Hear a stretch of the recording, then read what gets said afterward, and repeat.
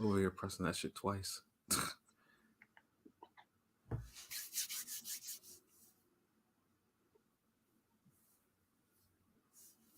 Yeah. What's good, y'all? Welcome to another episode of Real Talk, where, as always, if shit's real, we talk about it. Yo, I'm your host for tonight, Pat Scofield, the New England representative. And as always, I got my man with me. I'm gonna let him introduce himself. Yo, what it do is Shutterworth the God, aka the GOAT artist. Rocking with y'all Thursday night, hip hop edition for ringgameradio.com. Best podcast in the Gizane. You know what it is. Let's get it. World still up. Let's go.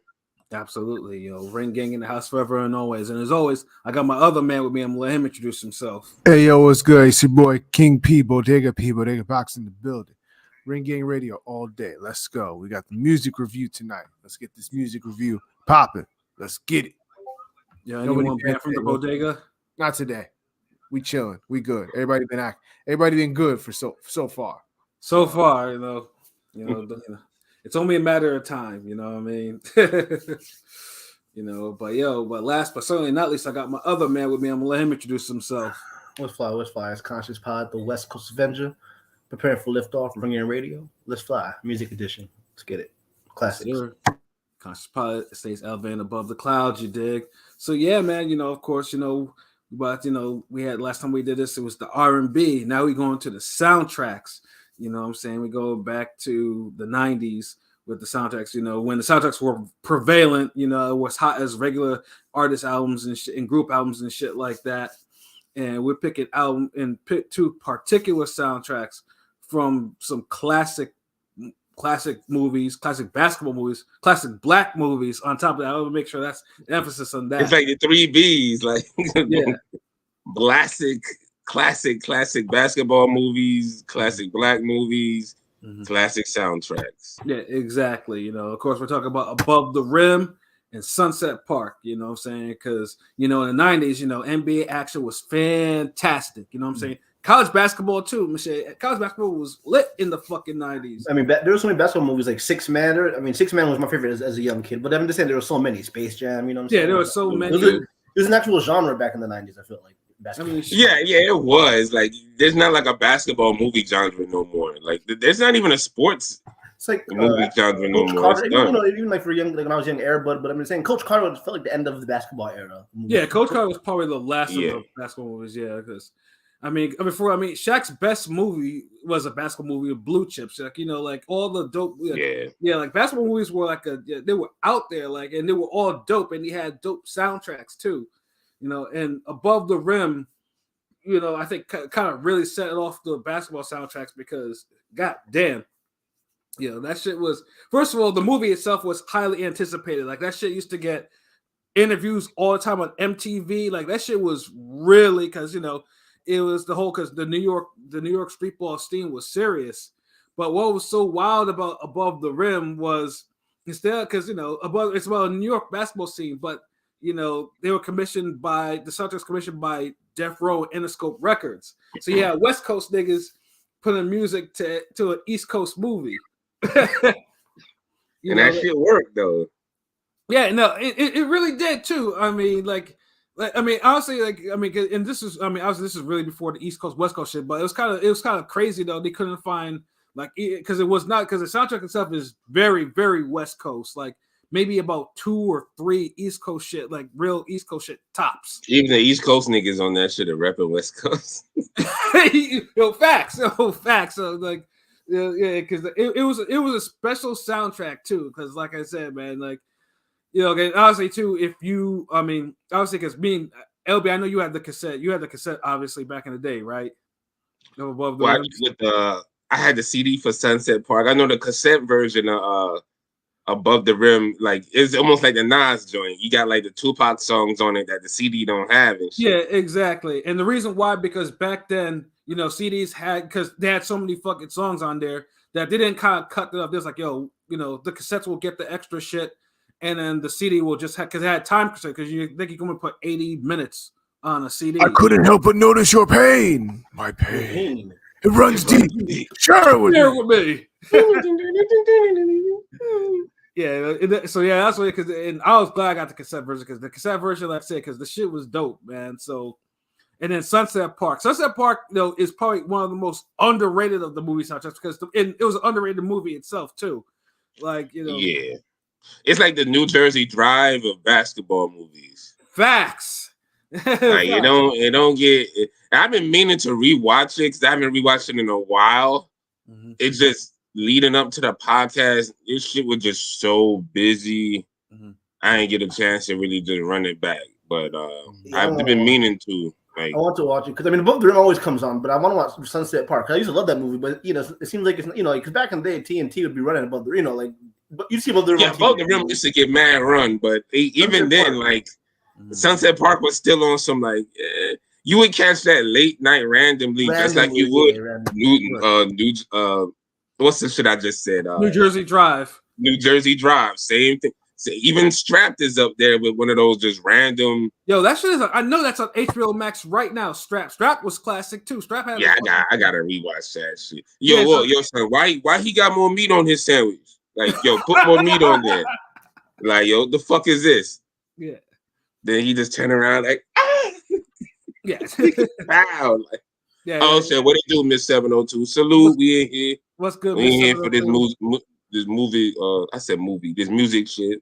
Yeah, you know what I'm saying? But man, the soundtracks themselves too is they are very different. Sunset Park is literally like a good hodgepodge of the music of the day because it came out in '96. Yeah, it kind of gave you everything. Where the Above the Rim soundtrack kind of said we got some heavy hitters. Then they was like, hold on, I need you to listen to these little niggas too. Yeah, because we'll kind of sneak them in here. Like they had the little Joe Budden parts on the damn Clue mixtape, right? Yeah, they had the A team, and then they had to let the B team and some C team level niggas shine too. Because Before we get into this, I gotta ask. This is something I was when I was listening to both of them back. Do either of these feel more like they're both great, but do either of them to you feel like it's at times just how do I say this? A collection of songs. I don't know. Does it feel like a soundtrack? No, I'm not saying that either of them don't feel like a soundtrack, but there were times where I feel like it was like a collection of songs that were put together and the cohesiveness was up and down. For Above the Rim? You're talking about Above the Rim, yeah, right? More Above the Rim. Above the Rim, was kind of it was here, and then it went it got as the middle. Yeah, part, the mid. Yeah, I know what you're talking about. It felt like just a bunch of songs that they just put on. It was just here, that didn't flow. Not only were they whatever you was to say mid songs, they didn't flow right. They didn't flow together. Some parts are legit. I'm not gonna lie. I thought Above the Rim was gonna clear this out, even if you even songs can be good and still be all over the place if there's no cohesion. And that's what. Yeah, but these songs weren't really that good. They were just kind of there. I feel like you could take off maybe 4 songs off the Above the Rim, 4 or 5 songs. Even 3 to 5 songs off Above the Rim, you could remove, and you have a better project for it. And resequence it because it does feel like it was just random. There's no flow to it. I ain't gonna lie. I mean, that's the thing. When I really look at it, the sequence ain't as bad. It's just the fucking it's the songs themselves, yo. Yeah. You got a whole mid range, from 11 to maybe 13. 14, you got maybe from 11 to 14. It's a bunch of mid songs.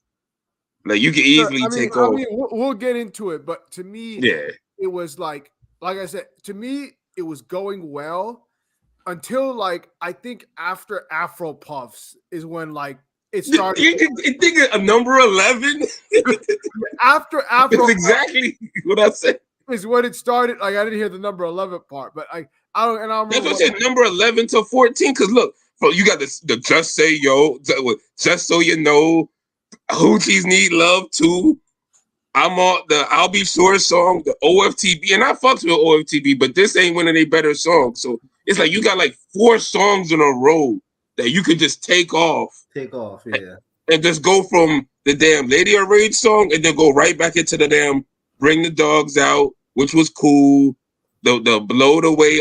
The rest of it is cool. After that, it's them 4 songs in the middle. The Hoochie joint was fire to me. I ain't gonna lie. I don't know. The Hoochie that was kind of no, fire. it wasn't. No, it wasn't. No, it wasn't.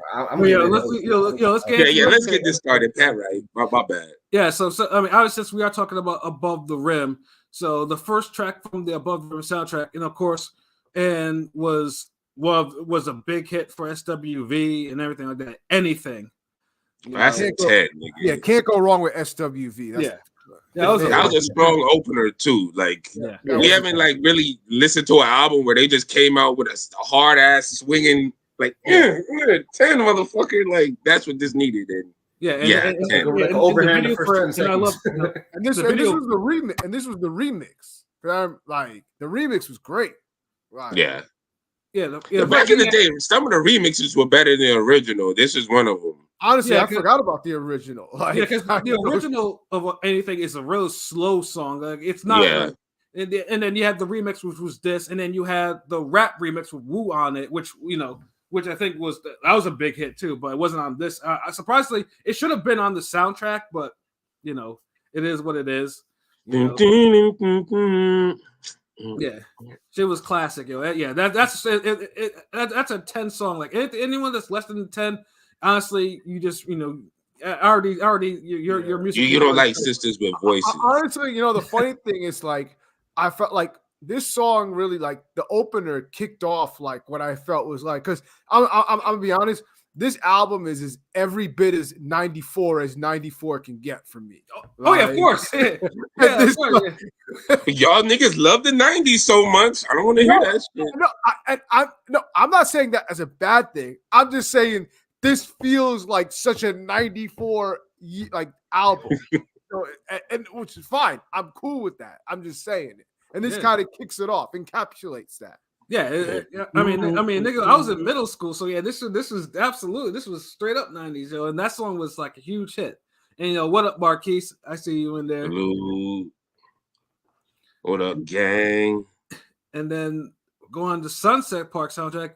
The first song that set it off was "High Till I Die" with Tupac. And this one, that's a 10. That was a 10. Yeah, I mean Tupac. I mean, obviously Tupac and Dog Pound were the only ones that were on both soundtracks, and this one is probably Tupac's last soundtrack song that he released in his lifetime. This was the last one. Everything else has just been like the remixes and shit. But yeah, the High Till I Die, yo. Oh, nah, you can't say that. That's wrong. Gang related soundtrack. I said in his lifetime, bro. Gang really wasn't released in his lifetime. What? Man, but what the fuck? Like, nigga, he ain't plan on dying, niggas. Well, that's why I say in his lifetime, bro. That's what it means. I'm not talking about the posthumous shit, nigga. And although it was dope, though, no, don't get me wrong. No, that shit was dope too. But this one was like 3 months like before he got killed. The crazy part is, dude. When did Gridlock come out again? 97. 97, okay. Yeah.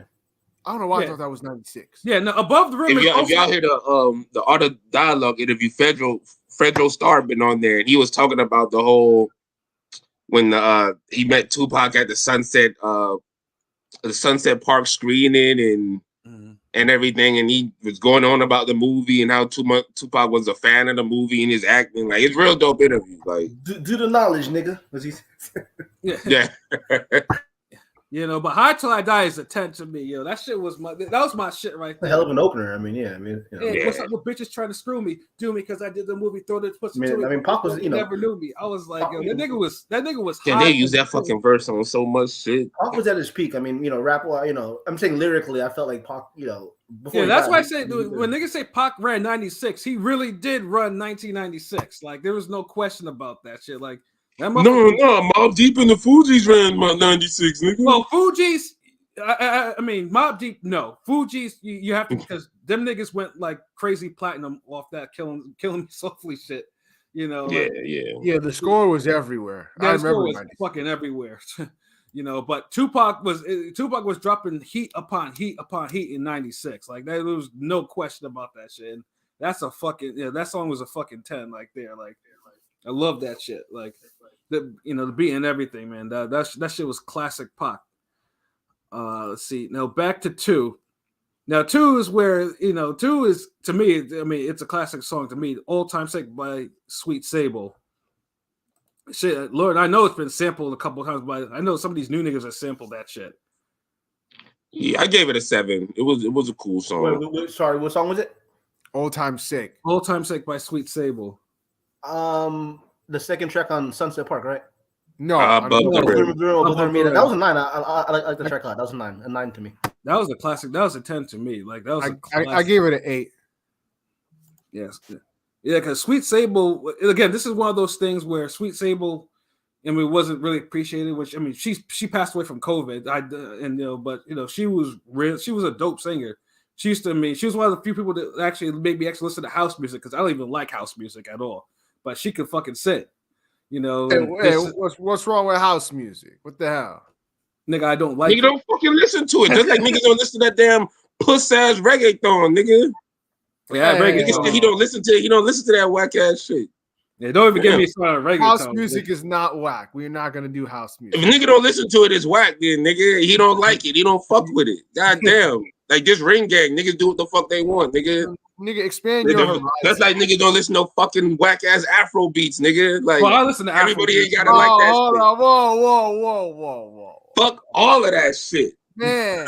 Nigga, I listen to Afro beats. Nigga, you African, of course. Nigga, you can't say nothing bad about it. Nigga, come on. Afro beats too, man. And no one gives a fuck. That should be whack too. This is the easiest music to do.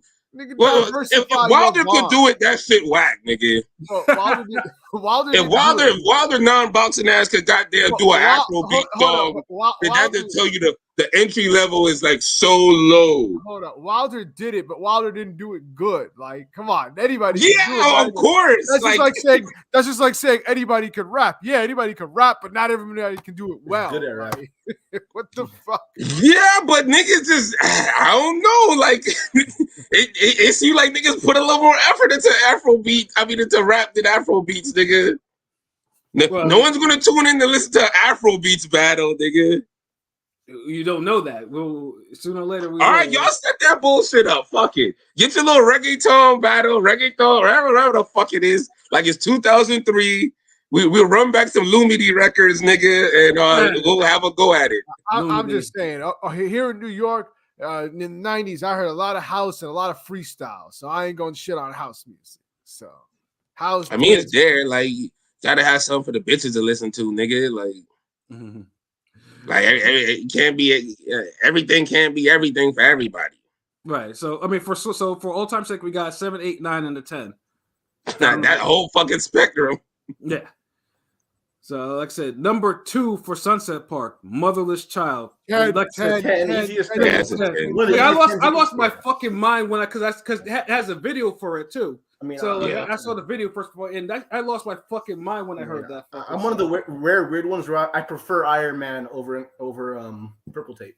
It's weird, I know, but that's not weird. There's a lot of niggas like that. That's not like an off the wall take. Sometimes I feel like a motherless child. Do.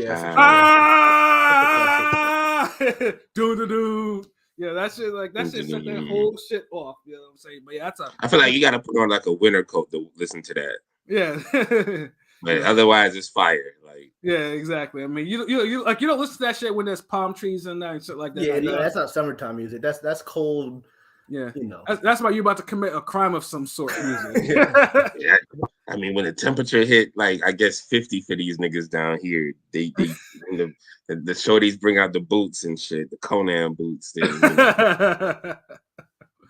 But yeah, no, yeah, that's. I mean, it's sad to me though why Ghost doesn't like his Iron Man material that much. I mean, he said he was going through it, man. It's different. And Redman the same way with that one album where he was talking about like he's so high. And funny thing too, because respectfully, those are my favorite albums from like Iron Man, and those are my favorite albums from those two. So it's Supreme like Clientele, but whatever, different strokes.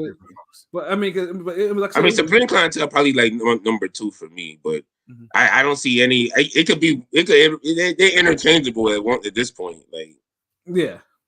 You know what I'm saying? But yeah, Ghost, yeah, that shit was just like that shit was just grimy for no fucking reason though. It looks like that was the epitome of a classic right there. Above the Rim, number 3. Part-Time Lover by H-Town. This is where it goes into this is where I know where people talk about the sequencing. You know, H-Town is a classic. This was a 7 for me though. This was still a good song. Like it didn't really great song. It just didn't need to come after Old Time Say. Like it was a little too early. Like you know, but this needed to be where the whole Aaron Hall song was, or the duels. So like it needed to be further down. Like listen with the SWV song. That's a hype song. You got right in there. Then they slow it down after that, but then it's like they slow it down some more. It's like damn, like chill. Like, but it's a good it's song. A basketball park soundtrack or what? I mean, H-Town is classic. I give that song an 8. It's a great song. But like I said, the SWV joint. No, the H-Town 9 for me. Nigga, like I walked away. Come on, the fuck. Part-Time Lovers a 9 for me. I'll give it an 8. I just wish the placement would have been better. Yeah, like honestly, this might be the one of the where the placement would have, if it was placed, so it would have gone. It would have been better. Yeah, it was placed kind of. Yeah. But it's not. I wasn't ready to hear that right then. Like no. Yeah. Like niggas was just like bopping to anything, you know what I'm saying? Then it was slowed down just that so much. But niggas went from like anything Sweet Sable to some knocking the boots shit. Like nigga. Yeah. Like I thought we trying to break this 21. Y'all niggas just talk about fuck it. Like, wait, what? Word. All right, so let's see. Track number 3 for Sunset Park, Just Doggin' by the Dog Pound featuring Nate Dogg. Oh, that was a 10. Like this is a summer joint. Yeah, absolutely, my nigga. That's a 10 right there. Joint. You out here. That's Corrupt couldn't fucking miss in that fucking time period, yo. Dog Pound couldn't fucking miss in that fucking time period, nigga. Fact. They made some of the most fun ass gangster music, like straight up. Like you can see just niggas just getting stomped out in khakis and they're just smiling, like yeah. Yeah, like they ripped that whole fucking song, bro. Like, you know what the funny thing is too? This song was supposed to be on Above the Rim, believe it or not. Yeah. But I don't know. I like the joint they got on Above the Rim as well, though. Like them niggas did both projects justice. Yeah, they did. Absolutely, you know. But what about P Pilot? What did you give Just Doggin'? 9. I'll give it a 9.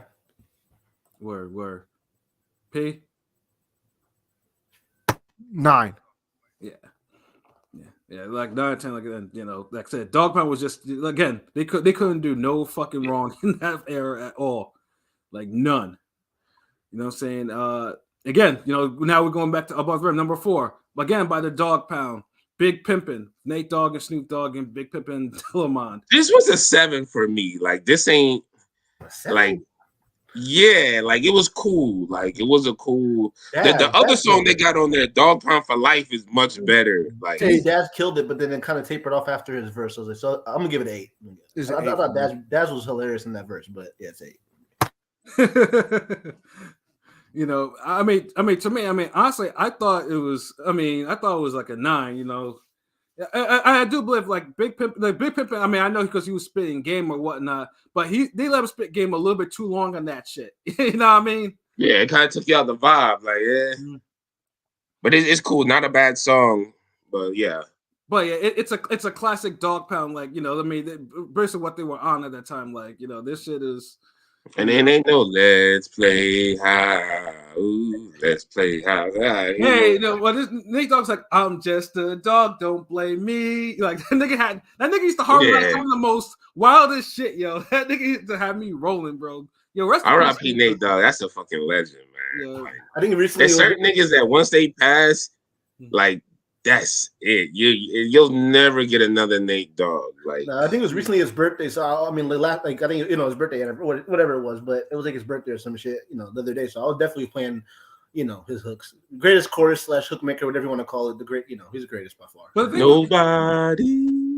But the thing with Nate Dogg is like he was more than his hooks. I mean, the hooks are classic though. Like the Nate Dogg albums are cold. Like the Death Row album. Yeah, he never really got the solo song love. Like he only had like maybe a few that people really. Yeah. I think These Days.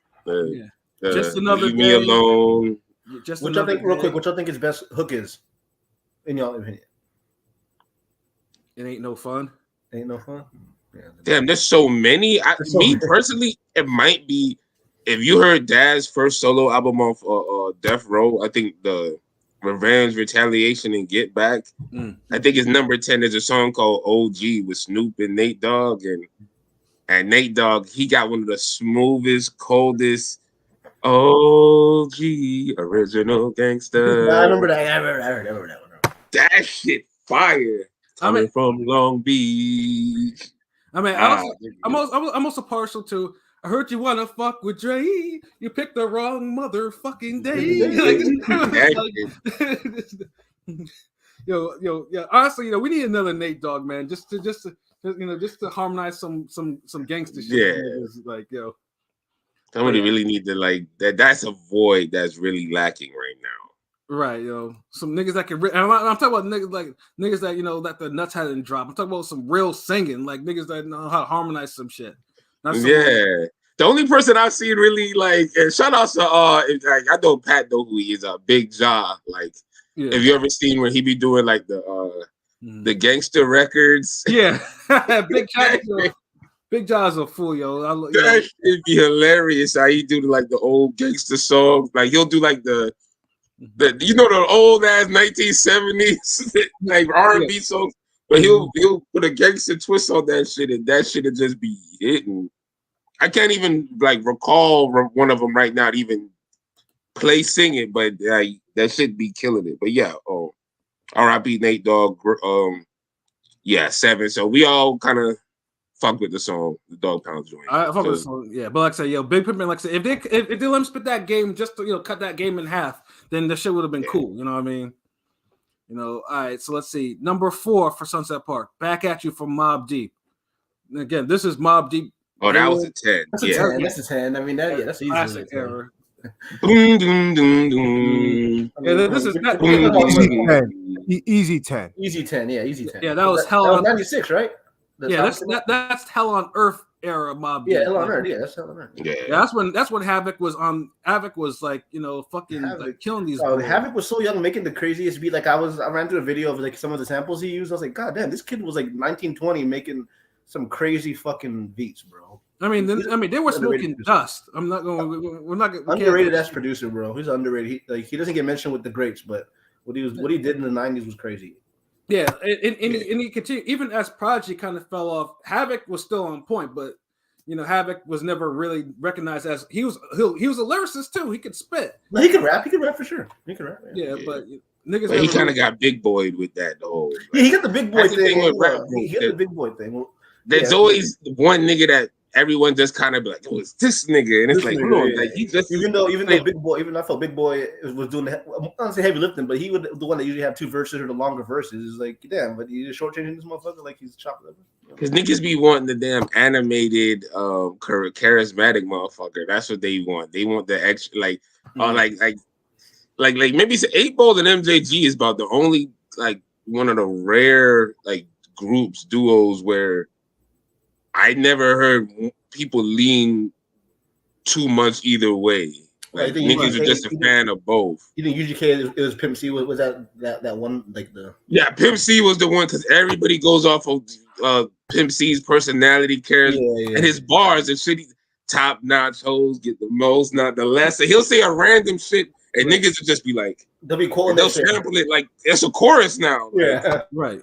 And how many people like that? Like you can really just say anything. Like nigga just like, oh shit. So, but yeah, like Dad's corrupt. Niggas corrupt.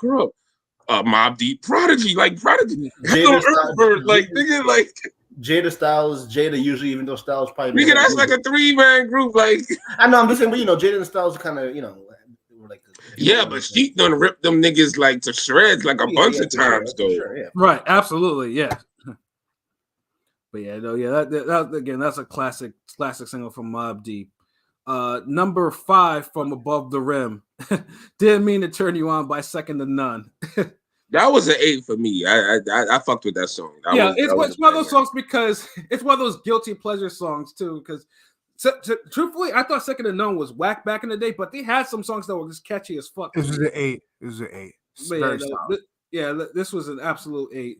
But then it was one of those weird things. Didn't mean to turn you on. It's just like it's just that weird sequence of where that song is. You could do but it. See, but now Above the Rim gonna start busting right now. Like it's Above the Rim starts getting into its bag now though. Yeah. Like as a soundtrack, it starts like just hitting. Yeah, it does, But like I said, I mean, I like the song. The second I didn't like as a group, but I like the song. But it's one of those songs was just like it just needed to be put somewhere else. You know what I mean? I don't even know where else you could put it because the songs before that kind of like. And the funny thing is too, it's more high energy too. That's another thing. Because it's like they're like, okay, high energy. Then they're like, hold on, chill. Here, hit the blunt, nigga. You all over the place. Then they're like, all right, hold on. Hit the LSD now, nigga. You gotta get perked up. Then it's like, chill. Hit the blunt again, nigga. Like you bugging. Like, no, hold on. Here's some dust now. Like it's like all over. You're like going through so many emotions and shit. Like, right. Yep. And then shout out to Quick made the beat on DJ Quick made the beat on that song too. So shout out to Quick. Yeah. Again, underrated. That dude needs to get his flowers too. But we'll hopefully in time he will. You know what I'm saying? So what? So we have 8 across the board for Didn't Mean to Turn You On. Yeah. All right. Number 5 for Sunset Park. Are You Ready by Aaliyah? 9. I want to say 10, but a 9, and I give it a 9. I mean, I think I gave that a 7. It was cool, Bob. Yeah, it was. It's not one of Aaliyah's best songs, but I mean, it's a very 90s song, no question about that shit. Like 90s era of Aaliyah, like it's very. Yeah, it sounds like the general consensus of what Aaliyah song sounds like. Yeah, I felt like it wasn't like you see how like with Dog Pound and Tupac and all some of these niggas MC like they like these niggas is giving like they heavy songs, they best songs. She gave her a little not throwaway, but kind of like yeah, they was also like Aaliyah, you want to be on Sunset Park? Like yeah. You know that one B-side track we was working on? Like, yeah. Throw that there. So I give it because I've been lately on the league. I've been playing Aaliyah a lot lately, so I'm kind of feeling it. Yeah, because mid-90s Aaliyah, because this was after the R. Kelly shit and before she found Timbaland, So she was working with a whole bunch of different producers, and that beat was made by KG, who's underrated as fuck. KG, from Naughty by Nature. You know what I'm saying? But yeah, it was one of those ones. It was just what it was. It was cool, but it wasn't anything special from Aaliyah. You know what I mean? It was just an offering. So yeah, 7. It's a perfectly acceptable song, which is what a 7 is to me. 7 Pilot, P Pilot. What was your scores again? I'll give it an 8. I'll give it an 8 actually. 8. Where? Yeah, 7, 8 is cool. Yeah, like I say, Aaliyah would, of course, would make better stuff down the line or whatever. Let's see. You better intro this next song the right way, nigga. Well, no, it's not. It's 6, bro. It's not what you think it is, bro. Oh, okay. Yeah. Number 6 is Doggy Style. I fucked with that. That was an 8 to me. That was an 8. It was okay. I mean, to me, it was like a 7. It was like it was one of the few songs in there that it never really hit me. Because it felt like a soundtrack song. Like I could see that in a movie. I don't know. It had a little vibe. It was catchy. Like it was cool. Like. Yeah, like I said, it probably just fit some sort of eternal theme that was probably going on there because this nigga Dr. Dre executive produced the album, so he probably was like, oh, this has Doggy Style in here. We're gonna put this shit in here, that type of shit. This nigga Dr. Dre was a deviant, you know what I mean? So that's probably what it was. Like he probably ended, but yeah, it's just one of the songs that it's there, but it doesn't do it. It never did anything for me, not even back then and not even now. So yeah, 7. Like I said, if that was cut off, it ain't the worst song on the album to me, though. I give you that. No, it's not. It's not. Like I fuck with it. Like it at least it kind of flows. Mm-hmm. But yeah, it ain't like a standout joint. Like I'm not gonna put on Above the Rim and go to that song first. Like, right, right. Oh man! All right, number 6 for Sunset Park. It's Alright by Groove Theory. Nigga, I used to love that chick from Groove Theory, yo. It's alright. I gave this a 7. This was cool. Emile LaRue or whatever, Emile LaRue. She was so fun. 7. Yeah, her voice is so beautiful. She should have been more talented. She should have been bigger. Pause. She should have been bigger than she was. I felt like. I'll give it an 8. No, I'll give it 8. Yeah. Why are you using? Hold up, Pilot. Why are you using pause for women? Like, yeah, I love that. This is the problem. Y'all overdo the pause thing. Yeah, it's a big pause. But yeah, I'll give it an 8. Yeah, I love her voice though. I think she had one of the beautiful, Yeah, Groove Theory. I think Groove Theory was like a 1-album wonder. Like really a one hit. I mean, really a one hit. I mean, they had other records on. No, they had a couple more. They had some bangers. But I'm saying, tell me, was it the one big hit? Is what I'm saying. Hold on, Groove Theory was not a one hit wonder. Tell me, was they were a 1-album wonder? Yeah, that's not true at all. Yeah, no, they had but yeah. Keep Trying was a hit too. Yeah, it was. So they only had one album, but that one album had some songs. Yeah, you know what I'm saying? But yeah, Groove Theory and like they was Digital Planets. Actually, they had more than that, but yeah, they were probably a one-hit wonder in the exactly. Yeah. But yes, the next number 7 again, like this was the lead-off fucking single for the soundtrack, you know what I mean? Regulate by Warren G featuring Nate Dogg. This was the Regulators. I gotta give that a 1. I gotta give it less than a 10 is stupid. Like this is like it's more like a 15. But it's a 15. It's a 20. Yeah, it's a dub, man. It's a fun classic. Hey, real talk, Warren G needs to let Warren G save Def Jam. Warren G, that song is the reason. Save the soundtrack too, nigga. Warren G is the reason why Above the Rim soundtrack went double plat and why his own debut went like 3 or 4 or 5 times plat, somewhere around there. It went multi-plat and saved Def Jam. Henny got Above the Rim, the best movie soundtrack next to Purple Rain. That last verse when he says I'm tweaking to a whole new era, that's just beautiful music, bro. The rhythm is the bass and the bass is the treble. Chords, strings. We bring melody, a G-funk, rhythms like this. Like you smoke like the pilot. You like every day. That's just so hard. The whole storytelling of that song. It's funny you think you say that, Pat, because like that's actually one of those what if things for me. Because because he came close to signing Death Row, and it's like, what if Warren G went to Death Row instead? He would have gotten punked. Yeah, like I remember there was a Nate Dogg interview that he did. I remember Nate Dogg saying that because Regulate blew it up and they were on tour or whatever, but for whatever reason, Sugar's like, made Nate Dogg come off the tour, and it's like, I'm getting this tour money. What are you doing? And he made him come off the tour for something, and and Warren G had to do that song without Nate on that, like had to do like the vocal back end, and Nate is like, Suge cost me a lot of money, take me off that tour, like. It truthfully, Suge was a man that had so many personal failings, for what he did accomplish. But that's like the most successful flawed nigga in the world. I'm saying, but yeah, you can't go and Regulate with Michael McDonald. I remember too, I was listening to late night radio, and I swear, and I only heard this one time, there was a country music version of Regulate, like a whole country music version of that shit. And I only heard that shit once, but it was clear as day. Like, dude had a twang in his voice and everything singing that shit. And I'm over here like, and this is before, internet and Napster and shit like that. Like, I was hoping that maybe this would be one of the things I would catch on and hear. Never did. And when I got Napster, I tried looking for that version. I know it fucking exists somewhere. And I was like, you got me on the YouTube this motherfucker right now. I used to tell people this all the time. It's like, nigga, get the fuck out of here. I was like, no, there was a whole country music version of this shit. Like, I wasn't capping like this. Actually, hold on. I think you're right. I think I've actually heard that now that you mentioned it. It was years ago. It was a clear blue night. Hold on. Yeah, it honestly sounded like it was Regulate country remix. Like, what the fuck? I mean, shit. It was just like in the Morgan Wallen. It was just like in the club had all those remix, had a reggaeton remix, and I couldn't believe that shit until I heard it, and I'm just like, yeah, like nah, like yeah, I'm never gonna, yeah, no, I'm gonna sit down even with that shit playing in the club, like nah. But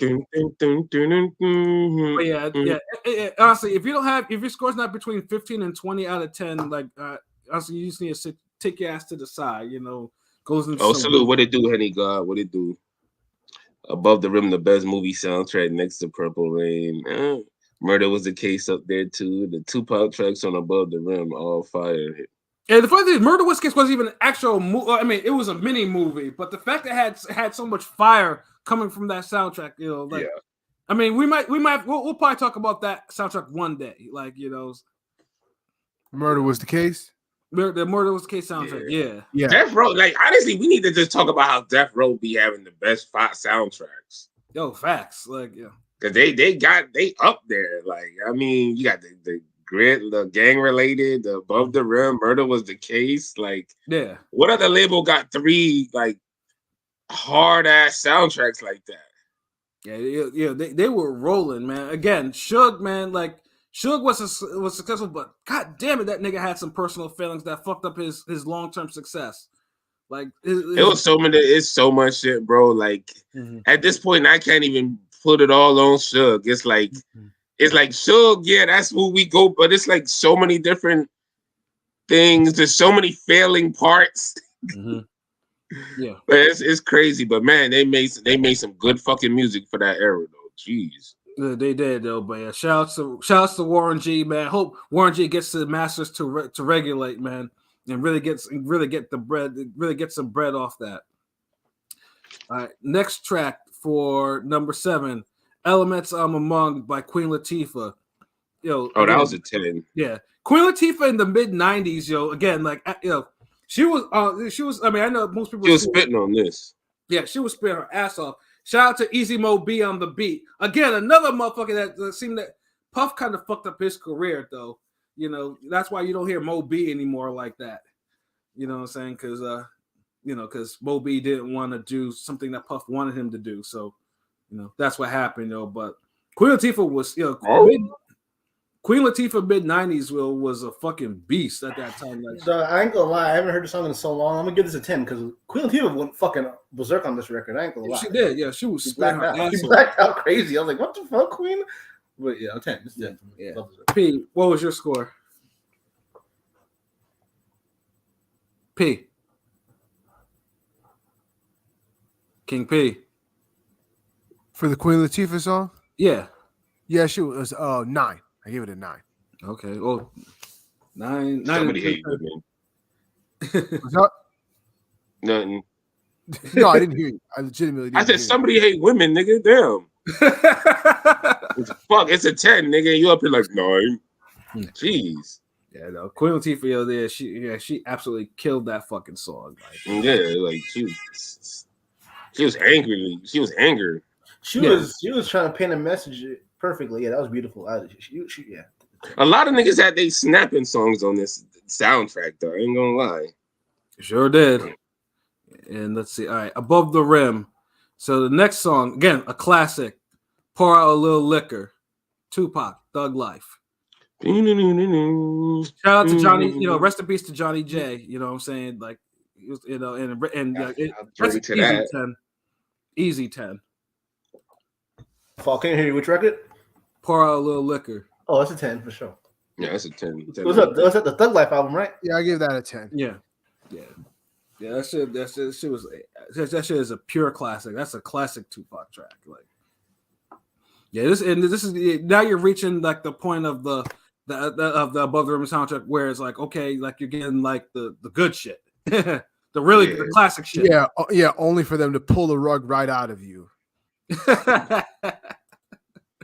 Yeah, like it goes on like a good 4-song run right here. Like it does. This is starting to get to the part where Lucy pulls the football from Charlie Brown. Like you're expecting more good stuff, and then whap.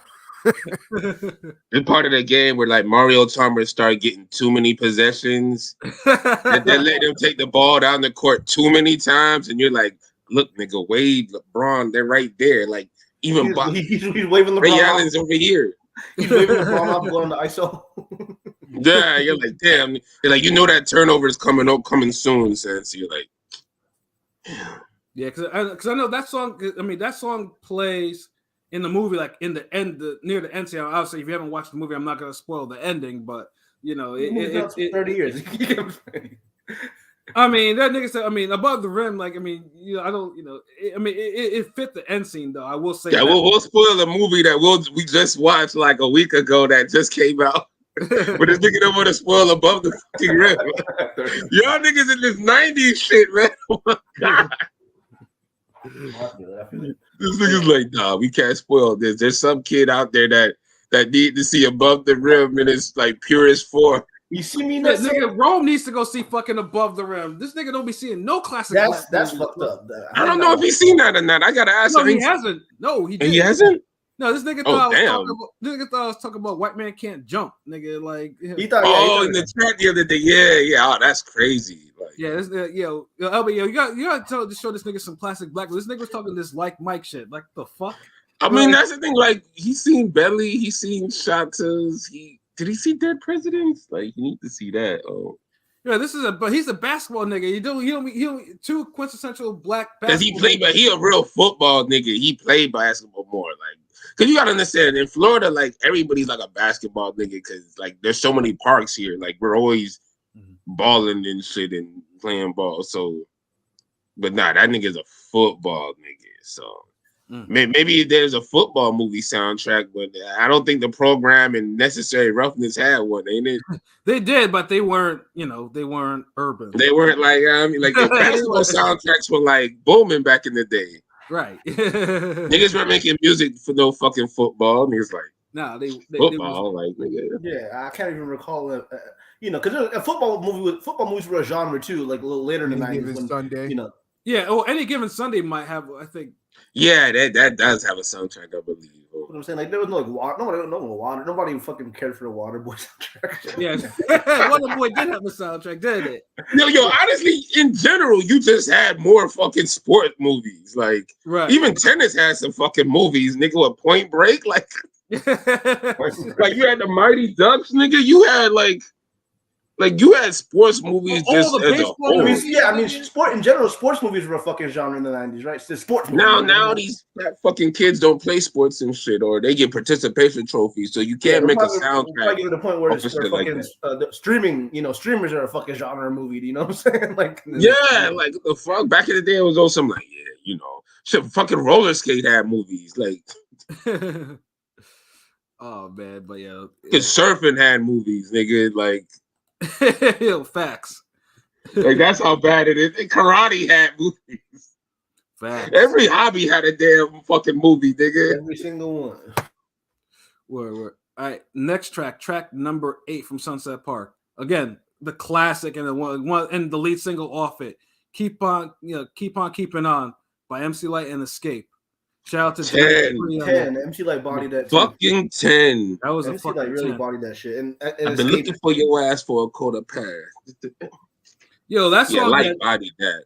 Yo, that song was fucking everywhere. It was low key everywhere. Like you heard that shit because it sampled Liberian Girl from Michael Jackson. So it had that it was a rap. Like keep on, keeping on. Yo, Escape again. Like they knew Again, they need their flowers, even though, Tiny. Most people know Tiny is doing all that fuckery shit, but Tiny was part of some real classic shit. She could sing and shit. Yeah. Candy, the only one that's really just popping still, but that's because of the shows and she's super business for stuff other than music, but yeah. And then the Scott sisters are beefing with each other, so it's like. It's break up nowadays. Nah, that's a 10. MC Lyte really bodied that shit. Yeah, MC Lyte had, like I said, it was cool her having such a that's a 10. Yeah, hit late in her career, but yeah, that's an easy 10. Right there.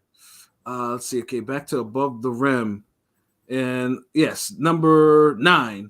Gonna Give It to You, Jewel featuring Aaron Hall. 10. Yeah, 10. That's a fucking 10. Yeah, I'll give it a 10. That shit sound like, it sounds like a it's Black Love, but it sounds like a church choir singing that shit. It's a 10. It just sounds like Jewel's voice is so fucking powerful. Just the singing on that, the singing was crazy on that. God damn. Now, you got to be blowing to really overpower Aaron Hall voice. Like, Mr. Dum Dum today, Yeah, that they don't make fucking duets like that no more. Like, jeez. Yo, honestly, this is where again Suge fucked up by not putting out a Joel album. And there's an unreleased album that's been floating around. That's fire. You know what I'm saying? But Joel is one of the different artists that should have had an album out. She should have had an album around that time period. Like, that's why they had to do all them soundtracks, because it was like, damn, we gotta feed these niggas too. Like, hold on, like, get them in the studio. Yeah, I mean, it's fucked up that Joel's biggest hit was something that she didn't even get paid for, because she was on for the love of money, because Easy kind of took her voice for the hook and didn't pay her for that shit. You know what I'm saying? Yeah, Joel, rest in peace to Joel too. She passed from heart failure or some shit like that. So she was a fucking talent, like, you know. But yeah, that was an easy 10. Like, yeah, they don't make duets like that no more. Even just and that was yeah. Now I was gonna say, I feel like Above the Rim got like the better R&B songs. Like, they did.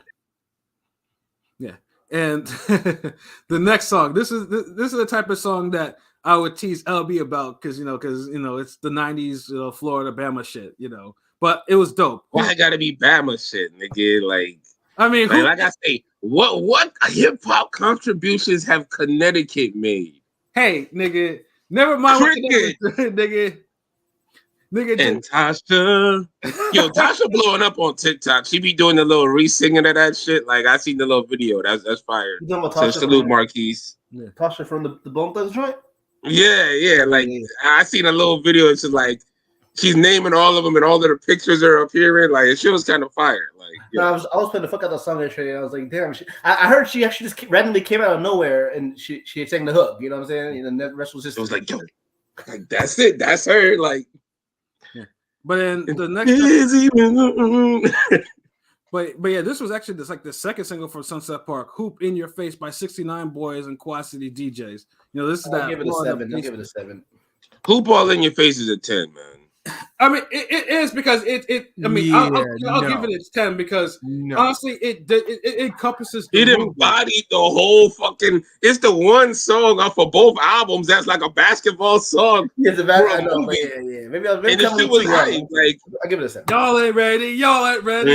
Like, that's just a 10. Fuck that. Like, that was what a soundtrack song supposed to be like. Really, like, you got niggas damn talking about fucking and smoking and just dogging and regulating, and nigga, this basketball, like, goddamn. Yeah, but I can only do so much Quad City DJs, so yeah, no, this one is not it for me. I mean, good thing they didn't executive produce an album and they're on every song. Yeah. So P, I take it you weren't a fan of Miami bass music, booty shaking music? No, yes, but not like Quad City DJs. No, like some of their stuff was like, yeah, no. Only a couple of their songs, but I've heard quite a bit of them, and just not really my thing. You had to be there, like, it's an era. It's an era of music. It's like you too young. I heard too much. Like, I can only hear so much about that before I start getting annoyed, but. Definitely, Eric. Like, because that song does encompass Sunset Park, like, so that's why. I'll all in all, I'll give it a 7. So we got 2 10s, a 7, and Pilot. What was your score? This nigga stepped away again. Oh, my fault. Yeah, well, come again. Well, what was your score again for Hoop in Your Face? 7. I wasn't a huge fan of it. Oh, okay. Oh man. So this is. LB, this is definitely an era for us, because it's these little niggas. Older, I'd probably appreciate it more. So, it's definitely this is one song. It's definitely an era. They never had the hoop. They never hooped in a nigga face before. Like, come on, like y'all ain't ready. Y'all weren't ready. Shit, like y'all weren't ready at all, nigga. Like, there were some of us that like we looked forward to PE and damn recess and shit. Think about that. Y'all niggas out there. PE and recess was the damn. Like, it wasn't really my thing. I don't know. Yeah, Marquise said they never had that hoop it up turning. Yes, they never. Exactly. These little niggas, I don't know why no damn hoop it up. Like, when's the last time y'all niggas even dribbled a basketball? not connected to a damn Xbox or PS4 controller or a PS5 controller. What the fuck is out now? I played ball all my life. I'm still a fan of the song. Last summer. Yeah. Basketball in high school and shit. I'm just saying, like, for the team and shit. I'm just saying, I wasn't a huge fan of Last time I dribbled a ball, was like, I think the beginning of September. God damn. And what'd you do with it? Did you shoot it or you just dribbled it? Both. Pause. Did you shoot it? Double pause, huh? No. I don't have the benefit of having warm weather all year round, so I'm not. I forgot New York don't even have indoor gyms, right? Yeah, nobody's hooping in January. Like that is not happening. So. Boo! That's why Florida, New York. Yeah. Okay. All right. Yeah, I mean, you got more motherfuckers from New York come to live in Florida than vice versa. That's all I'm saying. Yeah, because it's warm all year round. Also, being warm cancel out all that other shit y'all be bragging about. Two, and this is the big one: no income tax. Yeah. New York, we get taxed out the wazoo. So going down to a state, y'all get paid for that tax though. Niggas don't pay Florida niggas shit down here. That's why they be like, all right, no tax. It's like Fist of the North Star down here. Y'all just get it how y'all live. Like, fuck it. Running around, we give y'all guns and racism and problems. But we will make sure y'all could train and be athletic because there's a park on every corner. Yo, that sounds like a whole like plot of a movie, nigga. Like, am I lying? Nigga, that sounds like you could write a screenplay over that motherfucker, man. Yo, niggas like, let's give everybody guns, drugs, and parks and gyms. Niggas are literally like being stronger killers and shit. Yo, yeah, because Florida be turning out them athletes going, God damn it, yo. You know what I'm saying? Seriously. You can't help it. Like, come on. All right, let's see. So Above the Rim, track number 10. Again, a classic Afro Puffs by the Lady of Rage featuring Snoop Dogg. I mean, niggas like, oh, 10. Yeah. 10, nigga. How that's a fucking 10. Like 10, Lady of Rage classic. Yeah, 10. Afro Puffs 10. Yeah. Mm-hmm. Honestly, some of these chicks that rap and say they need to listen to that shit, how to actually really rap. Like, Yeah, this. Well, this shit. At that point, some of these niggas need to listen to. I'm glad, real quick. Hearing this MC Light, Lady of Rage, and Queen People tracks, I'm like, God damn, that was the 90s. That whole we don't the 90s. That's fuck that shit because these women were spitting like, better than most niggas these days. I'm just like, exactly. Probably better than all these niggas these days. I'm just saying. You could make an argument that the women's songs on the album are the best songs on both albums. You can literally say, you know what, the fucking MC Light is the best song off Sunset Park. You could say fucking Lady of Rage, Duel, whatever. Them songs is the top, like they're 10s. Mm-hmm. You could make the argument. So yeah, like shout out to the ladies in the 90s. I mean, yeah, Rage killed that shit. So yeah, that's a 10. That might even be a 12 because everything about that shit was even the Snoop the outro, the endo blow in the grass grow. Snoop Dogg still don't love a hoe. Like, so believable on that shit. Yeah, that was crazy. I mean, yeah, easy. And like how Snoop was just subtle on this album. Like he wasn't all over the place. Like he was just on certain tracks. They didn't really big him up, but you knew he was there. Like exactly. So that's just dope. Like that's yeah. Because I mean, having a rub on Snoop Dogg in the 90s, especially on the Rage track, that was still huge. Because I mean, that was a huge song for Rage. Again, Suge should have capitalized and put the album out. No, doesn't. We don't get album until 1997 when it's like and although good, it got no promotion, so it flopped. Yeah, it was too much shit going on. Like it got one video out of that. And it was a goddamn shame. But classic as classic can be. All right, number 10 for Sunset Park, For the Funk, Dina Howard. Look, this is where my bias shows because I love Adina Howard. It was a 7 for me.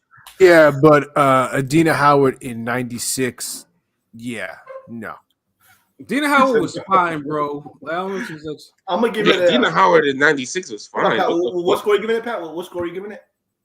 Nigga, that might be that's a 9 to me. I might give it a 9. I thought the song was kind of hard. I'm gonna give it a 9 too. Yeah, I mean, it samples George Clinton, One Nation Under the Groove, like and it's in Adina Howard. As sexy as she was, she could actually sing, but she kind of killed her career by not laying off a music executive's boyfriend. That's she said it on her own unsung special. That's the reason why her career kind of died in the 90s. But God damn, well, after a week of boom boom through the night to the early. Nigga, that was a fucking hit. Like I know. I'm saying that was great, and then everything after that to me is just like, Nigga, that song, the video for that song was like porn to me. I was like, good lord, like there was them bitches were like that was. I mean, water, that nigga. Was, that was the '90s WAP. That was WAP before WAP. It was though, but it was even more. It's beautiful that it didn't have was really a nympho like that. That was the whole thing. I was just like, God damn it, yo. Her and Patra and Michelle Thomas, rest in peace, and Vivica Fox, yo. The 90s were spectacular, yo. For women's, like they were spectacular. God damn it, yo. About to go back memory lane. Let me stop. Yeah. Pat gonna have a 90s overload. Like I said, it wasn't a bad song. Like I mean, it was a perfectly acceptable song, but I like Adina Howard, so it was a 9 for me. So 6, 7. Pilot. Adina Howard, right? 9. I give it a 9. Oh, okay, yeah, good man, good. So Pilot. I'm an R&B head, man. I love you some slow jams. There you go. Say it with your chest, Pilot. All right, let's see. Next track from Above the Rim. Just so you know, CPO Boss Hog. This is where it gets into This was a 6. It's okay. 5. But it's like it's a 6 to me, and because Boss Hog used to make these appearances on Death Row albums a lot. Like he was, he was cool, but he wasn't someone that I like. He was cool, but this is not one of his cool songs. Yeah, it's just a 6. It's there. It's okay. Little okay. It got a little thump to it. You know what I mean? But nothing special. That's all. Yeah, they should have kept him off this one. This is a 5. This should have been. But this is definitely when we talking about the albums. It just start kind of go down here. Mm-hmm. And Marquis, that CPO track was whack though. It wasn't like he's made better stuff, but that song was just like it was. It wasn't that. It was a 6. It was a 6 track. Like if it was removed, it would enhance that soundtrack. Like because if you put an album together, I feel like if any song is below a 7, it's like it probably don't belong. Right. Absolutely. You know what I'm saying? And okay, we're going to number 11, Sunset Park. We Don't Need It, Junior Mafia. Oh, that's a 10. That was my joy. Yo, it honestly, like, the fun thing is too, it's like, I mean, just by listening, you could tell who wrote that shit. That was Big's handwriting all over that shit. Yeah, I mean, that was obvious. And so that's why it made certain bars like, God damn, Big was probably smoking like a motherfucker that day writing this shit. I mean, just the beat was smooth, like the lyrics are kind of witty. Yeah, 9 out of 10. And I want some pussy tonight. I'm like, yeah, C's, yeah, like that shit. You don't want it. You don't want it. Yeah. That was a tell you. Honestly, had Big lived, Junior Mafia would have been far more than what they became. Well, they died with. Well, I mean, C's and Kim obviously reached. C's debut was okay. It was decent as some bangers. Yeah, but I don't know who wrote that album, but I don't think it was C. C says he wrote that shit. I'm like, nah, that has. The little had one album worth of rhymes. Yeah, we're talking about the Lil' Kim joint, right? Yeah, We Don't Need It. Yeah, that was. Lil' Kim was caught me off guard. Listen to her fucking graphic ass verse. I'm gonna give that an 8 though. Yeah, I mean, because that's all. Yeah, I forgot Pilot. He had the kid ears over here. No. I mean, I'm just saying. I forgot how graphic that was. I forgot how graphic. This nigga was like, "Mom, no!" I forgot how graphic that bitch was. Sometimes it caught me off guard at first, but I say Yeah, I mean, the whole song is graphic. Yeah, dick to Joe. You drink it, baby, to one of him, and be strictly yes. The one with your coke on your chest low. If not, then you not. That would be like the nigga was named the crew and everything. Like, I fucked with that song. Like, that was dope. I mean, the hook itself could probably play well in certain alternative lifestyle clubs, like on some real shit. Yeah. I honestly like this. The one song that fits this era. Yeah, seriously. You know what I'm saying? You can hear a Sexy Red song, Cardi B song, and if this come on right after it, you probably gonna be. You don't know any better. You're gonna be like, yo, who these new niggas? Like, yo, you heard what Shorty said? Like, I mean, this nigga Big was talking about licking butts and shit. This nigga was, Big was a wild dude with that pen. Yeah, like these niggas was on something. Like, nigga felt dirty after listening to that. I had to be like, ugh. But it was a dope song though. But Big, Big used to write some real. I mean, because there was fucking in Sunset Park. You know what I mean, yeah, they was. You know. Yeah, they had this song. But yeah, no, that's absolutely a 10 though, straight up and down. And then number 12. This was my least favorite song on this shit. Hoochies Need Love Too by Paradise. I think I gave that like a 5. Get it out of here. 4. Get it out of here. This should have been fucking gone. Like, 3. That's the wackiest song on here. Yeah. And fucking thing is that Daz produced that joint. Daz and Havoc. Go figure. They're the two best producers for 2 rap groups. Yeah. Could have saved this shit. From 2 different coasts. Yeah, it's like y'all literally put RZA and Dr. Dre on a record and y'all couldn't do nothing with it. I was like, fuck it, I give up. Like, yeah, no, that song was just whack because it was on some Hoes Need Love Too song. Like, what the fuck? Even I knew as a teenager that shit was wrong. Like, like, yo, Dad, this song is saying hoes need love. Like, yeah, don't listen to that bullshit. I know, right? I was like, yeah, I mean, I used to think that was a walk. That was a fast forward, Yeah, because we all know we don't love them hoes. The fuck? Yeah. Man, now they need love. Like, yeah, they need to get the fuck up out of there with that shit. That should have been cut. Like they could have fit. The later 3 songs, which we'll get to in a little bit on that. They could have took that bullshit off. Like, seriously. Like, get the fuck up out of there. Get the fuck up out of that shit. Yeah. All right, let's see. Number 12. All of It by Big fucking Mike. 10. 10. Big 10. Fucking Mike. Big Mike is so fucking underrated. Like, honestly, like, yo. And that beat, lyrically, I'm supposed to, like, that sample, like, that shit. Mm-hmm. Like, God, I used to listen to this CD and I'll go right to that song first, then go back to number 1.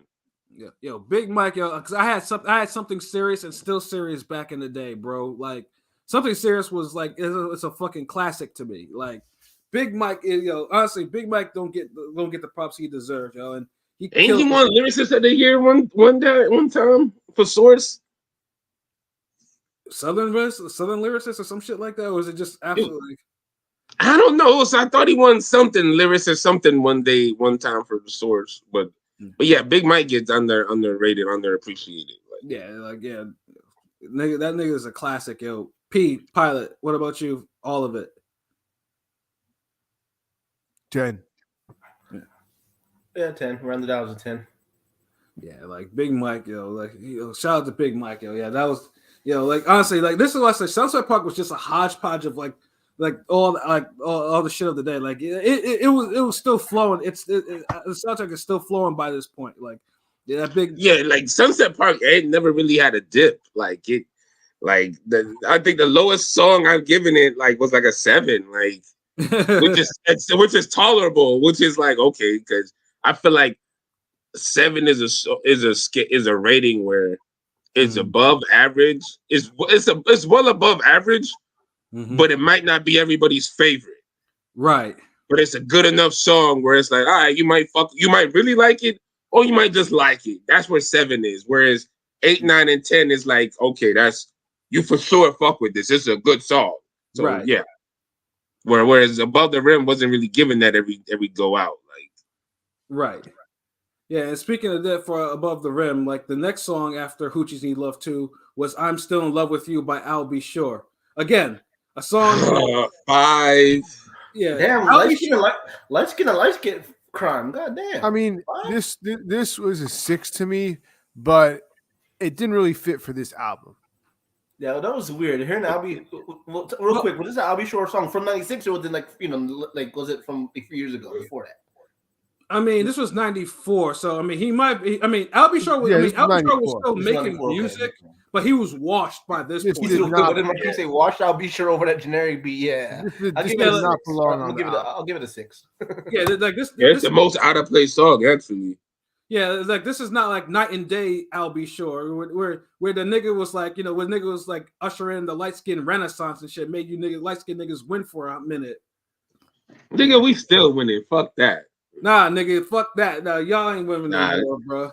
Yeah, we are, nigga. Like, how many undefeated boxers we got? How many like singers we got? Like, nigga.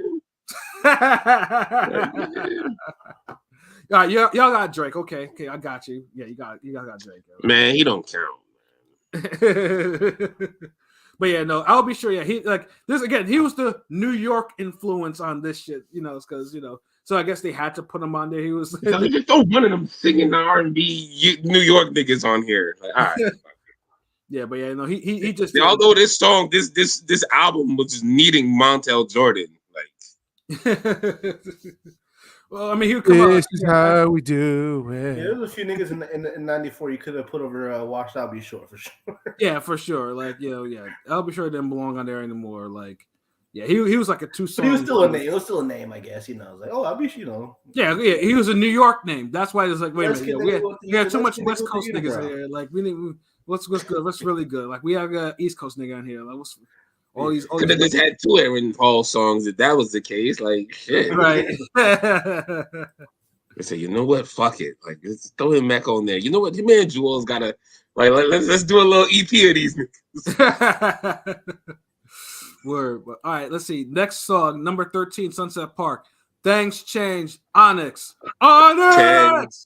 Yeah, that was a 10. Fucking 10. I'm gonna give it a 9. It's a hard record though. I'm gonna give it a 9. I'll give it a 9. It's a 10. Yo, Onyx, honestly, Onyx is one of those groups that probably should have died in their first album because it was so gimmicky, even though the shit was hard. No, they shouldn't have. No, they shouldn't have. That's bullshit. Nigga, I don't know what he's trying to say right there, yo. Yeah, like sure, because the second and the third albums, like they didn't get the. I mean, they were better albums than the first album. The second one had Last Days. Like, come on. Yeah, but none of them had Slam. Like Slam, and then if you heard the damn remix.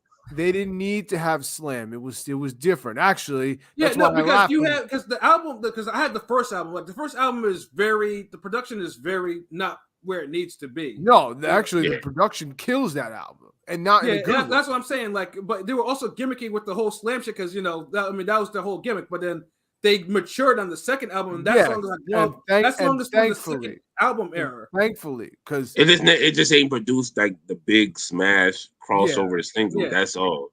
But they were musically better as a whole. Yeah. After the first album. And that's what I'm getting at. Like because they could have been gimmick albums in the first album. Yeah, they evolved their gimmick. Thankfully. Yeah, and they made better music. Because sound like the first album. There was only room for one that could just keep doing their gimmick throughout the years of Onyx and MOP. Like, can't have them both doing the same thing. Right, yo. But yeah, Things Change, yo. I mean, obviously, because whatchamacallit is in the movie, anyways. Fredro Starr's in the movie, so he's So of course, it was only right for him to actually get a song on the soundtrack. So. Yeah, no, Onyx, classic. That was a classic song. Let's see. The next song from Above the Rim was Crack 'Em by OFTP. Trash. Get it out of here. 3.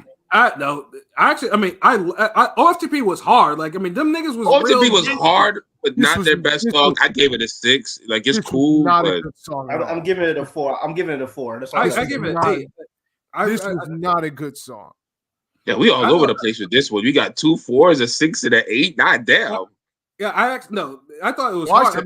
I said 3. Get it out of here. 3. Okay, my bad. No. Marquise, it says operating from the bottom. Yeah.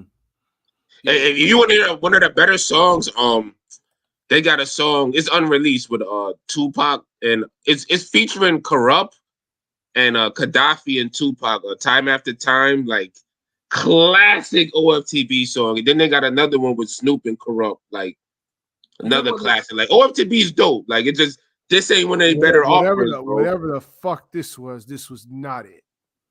Yeah, I think Quick did the beat on that song too. Well, this was a waste of a beat. Sorry, Quick. No. Yeah, the beat wasn't even that hot though. Beat was just cool. This was just an okay like song. Like it's still part of the whole. It's part of the mid pack of that album. Like, but it's at the end of it where it's like, okay, it's a 6. It's trying to fight out of this damn box. Like. But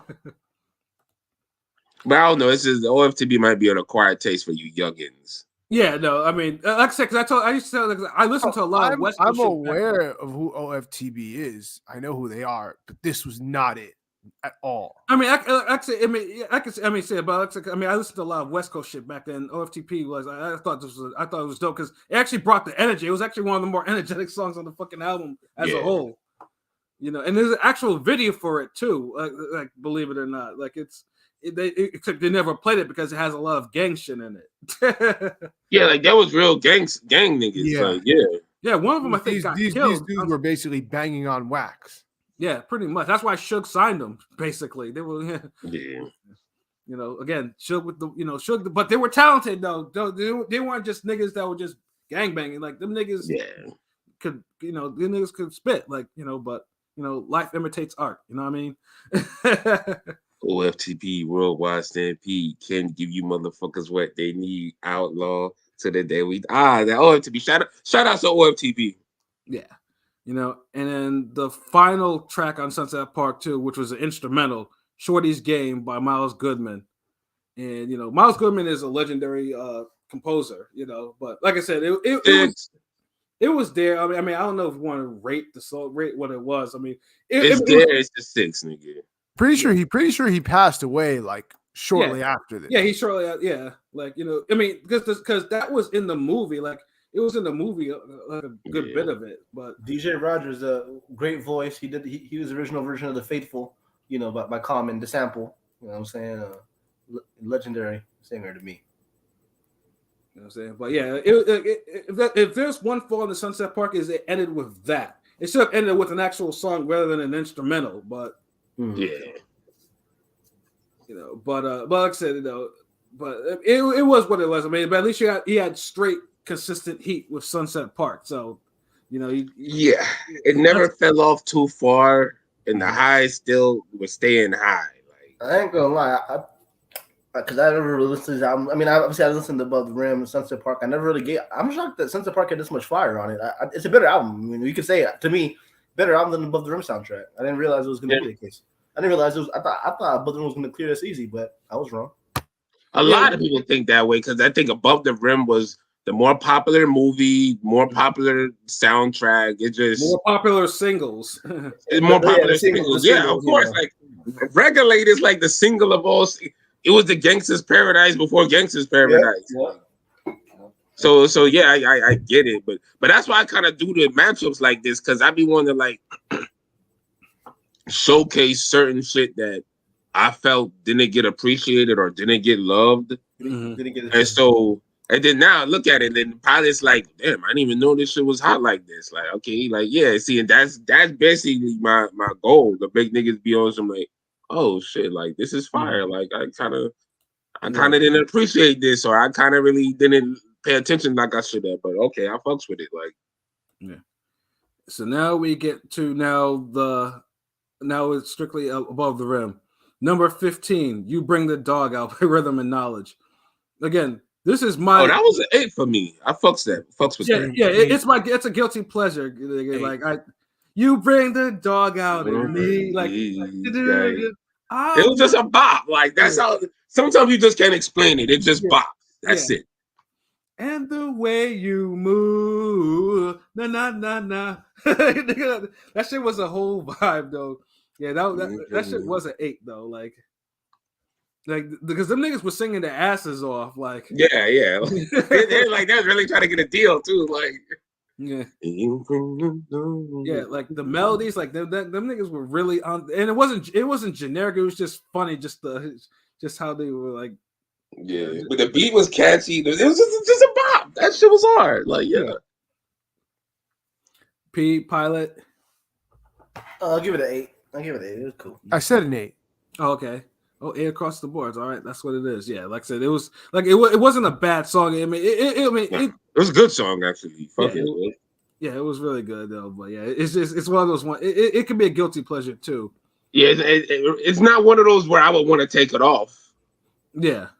Like nah, I definitely would leave this one off. No, it's a song that belongs on the album. It's, yeah, definitely.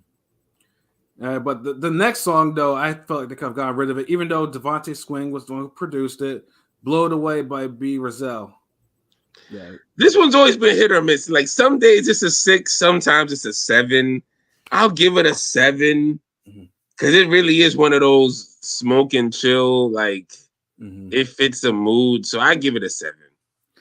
Yeah, funny things too is like I never really, that song was like, it was sometimes I'm like, okay, I listen to it, but sometimes it's just like, I mean, I'll give it a 5. It's that type of song to me.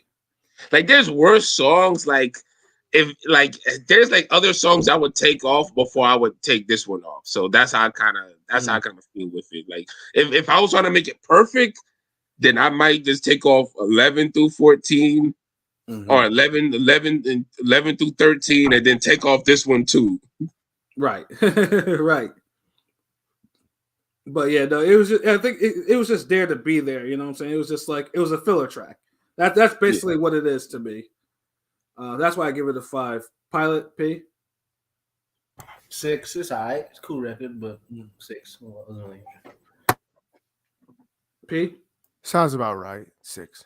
Yeah, like it was just there to be there, like and I never heard of a B. Rozelle after this album again. Anyways, so yeah, it was definitely a nondescript ass shit. Let's go back to the names. Yes, numbers. Track 17. It's Not Deep Enough. Jewel, produced by Mr. Dalvin. Again, that's a fucking 9 to me. Like that shit. Jewel. I get it a 7. I'll give it an 8. 9. Yeah, Jewel fucking killed this song too. Again, she should have had an album in Death Row. She should have, this should have been a launching pad for her. And then of course Suge made her bitter and shit. Like, it was terrible. But yeah, no, Jewel killed this song, man. Jewel needed and she was gangster as fuck too. Jewel was fine as fuck too. Like, if you ever see the pictures of her, I'm like, god damn, shit. Yeah. Death Row could have done so much more with her. It's a goddamn shame. You know what I'm saying? And then number 18, Dog Pound for Life, the Dog Pound. Oh, that's a 10, nigga. Easy. That was a 10. Easy 10. Easy. One of the best songs off the album to me. Absolutely. Again, Dog Pound. I'll give it a 10. Dog Pound could do no fucking wrong in this era. Like, none. Back then, they were... everything they did was touch and go. You know what I'm saying? Was struck gold. So yeah. Yeah, I mean, Corrupt ripped that shit, ripped his fucking verse. Like, geez, like, yeah. Dog Pound, Dog Pound for like easy 10. Like, if that's not 10, I don't know what is. Straight up. And now we get to the 3 songs that, if you had the cassette, they were on there. If you had the CD, well, the only time you could actually get that on the CD is if you actually bought one of the singles. I think I forgot what maxi single it had it on, but it would have all those 3 songs. And these should have been, and these could have easily put on the main CD. First one, 19, Pain, Tupac and the Late Easy 10, easy. Give it 100. More like a 20. Like a 20, I would. It's probably my favorite pop. I mean, arguably my favorite pop song. It's up there as my favorite pop song. That Earl Clue sample, Inside Your Love, beautiful. Yeah, and again, this is where Dr. Dre wanted to remove this song. Like, what the fuck?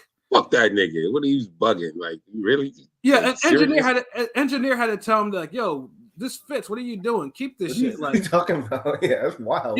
Yo, honestly, Dr. Dre, if one day when Dr. Dre's unreleased vaults open up. I bet you anything. There's so much fire in there. So much fire. Yeah. I mean, shouts out Dr. Dre. I saw recently that Terrence Crawford was there. The whole his got a star in Hollywood, right? Yeah. He's probably the GOAT producer, but some dumb, So Dre. Obviously he's been part of a lot of classic shit, but sometimes we hear about some of the shit that he's actually like said like nay to and like nah, this ain't hot, and you're like, what the fuck is this nigga listening to? Like, it's like Pain was so classic. The beat was used all throughout the fucking movie.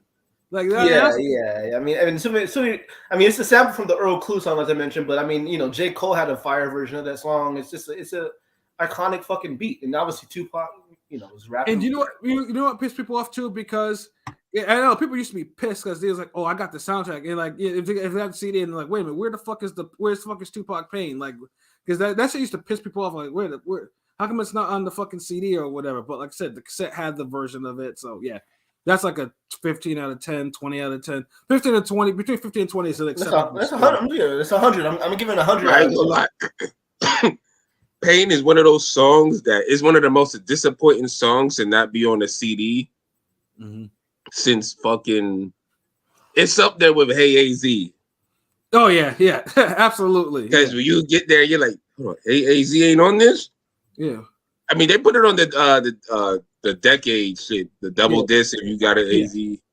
But yeah, and Hey AZ had a whole fucking video too. Like, what the fuck? Yeah, it's the world famous AZ show. No doubt, time to mellow out, party at the. Hey, what up, Miss Bitch? Shuttleworth turned his camera off because he turned 100% white. Nah, I'm on 90% right now. Nigga. You see this, the butter pecan glistening, nigga. This nigga so stupid. Hey, come on. All right, number 20, My Money Right by Lord G. Okay, they could have left this shit off. This was like a 6. Now, Lord G, yeah, like the beat was fine though, but Lord G was not really. He wasn't the strongest rapper. Like, he wasn't the beat the strongest was cool, rapper. But it's like it was one of those like, I got like a favor. Yeah, he was definitely a generic rapper of that era. Like the way he wasn't anything special. Like the beat was hard, however. So I'll give the track a 5 just off the beat alone. But yeah, he wasn't the strongest rapper on that shit at all. Like none. Yeah, like 5, 6 maybe, but 5 is more likely the best score for him. Maybe even a 4, to be honest. And in 4, 5, 6s, nigga, he crapped. Head crack. I mean, like that's it. Like one of the, you're not wrong with either one of those 3. Like right. P Pilot, what'd you think? 7. Oh, you're wrong then. No, Pilot. I'm just curious. What was the? 7? Yeah. That's a good one. Thank you, Pat. I don't know. After Pain, it's just. After Pain, I'm just saying. I don't know. I'm gonna just give it a 7. This is just my opinion. I don't have a reason. He was one of those like you don't. Like, Pilot was a DJ. Like he would always play your song after like the best song of the set. So it's like yo shit still got like an after buzz, and niggas was still kind of dancing. Like Pain. The Tupac song went off, but. I'm still feeling that vibe. Like, I don't know who the fuck this is, but okay. So Pilot gave that song the Pain stimulus. You know what I mean? Yeah, that's pretty much, yeah. Literally, Pain, it's Pain. Like, yeah, say, P, what about you, bro?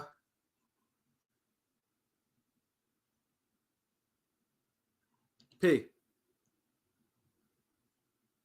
Somebody's holding up the bodega. I know, right? He went to the back. He went to the back room. He's making a phone call on the back room. Yeah. You got to see if there's bologna left for this Aki sandwiches. Damn, this nigga want. Somebody wants a damn moon pie Aki sandwich with turkey bacon and bologna. It's like what? Yo, you stupid. Bye. We got to the last and final track on there. Loyal to the Game with Tupac, Church from Naughty by Nature, and Riddler. 10. Yeah. That cameo Sparkle sample, that shit was, that's why when they did that remix shit, I think it was the G Unit album or whatever they did for that, and they remixed that shit. I was like, get this shit out of here. Like, no. Dog, honestly, that's one of the biggest stains on Eminem legacy is that Tupac album. I don't know what he did, who decided to give him that shit. Right. But man, that's one of the biggest musical fumbles of all time. Like, if there's a top 10 list of musical fumbles that Eminem, that Loyal to the Game. Yeah. That's easily top 5, top 10. Yeah, like, and I get it because Afeni Shakur was probably one of the check, you know, because honestly, anything attached to Eminem in that time was money. And man, now they had somebody overseeing that dude. But it's the same thing, dude. I mean, all they had to do was just clear some of the original. I mean, Johnny J was still fucking alive, people. And like, dude, people don't understand. Like, a lot of the Tupac songs that were unreleased were already over timeless production in a sense where, you know how some beats they go beyond an era, right? Like, you hear some shit and you're like, okay, this that Quad City, this that Whoop There It Is era, Who That Is My Baby Daddy, like that era. And you then you got some joints like, okay, and you're like, okay, that's that New Jack Swing, it's an era, but it's like Tupac didn't have like his a lot of his music wasn't confined to an era though.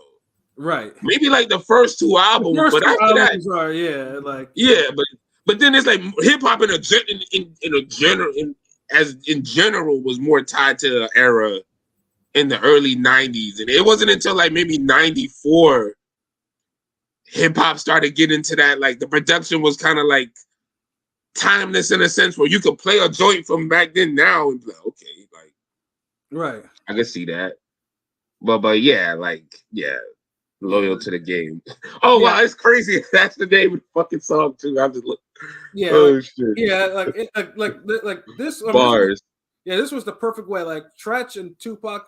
You know, I mean, Riddler was cool on it. Like, I mean, he ended the shit. Like, I mean, he wasn't whack or anything. It was just after Tupac and Tretch. It's just like, yeah. You know, you had to have Benzino on there somewhere. Yeah, you got to let the weed carrier get us, you know, get some bars in. Yeah, but long as he didn't fuck it up, I'm cool. Like, which he didn't do. Like, the vibe was still like he maintained the vibe.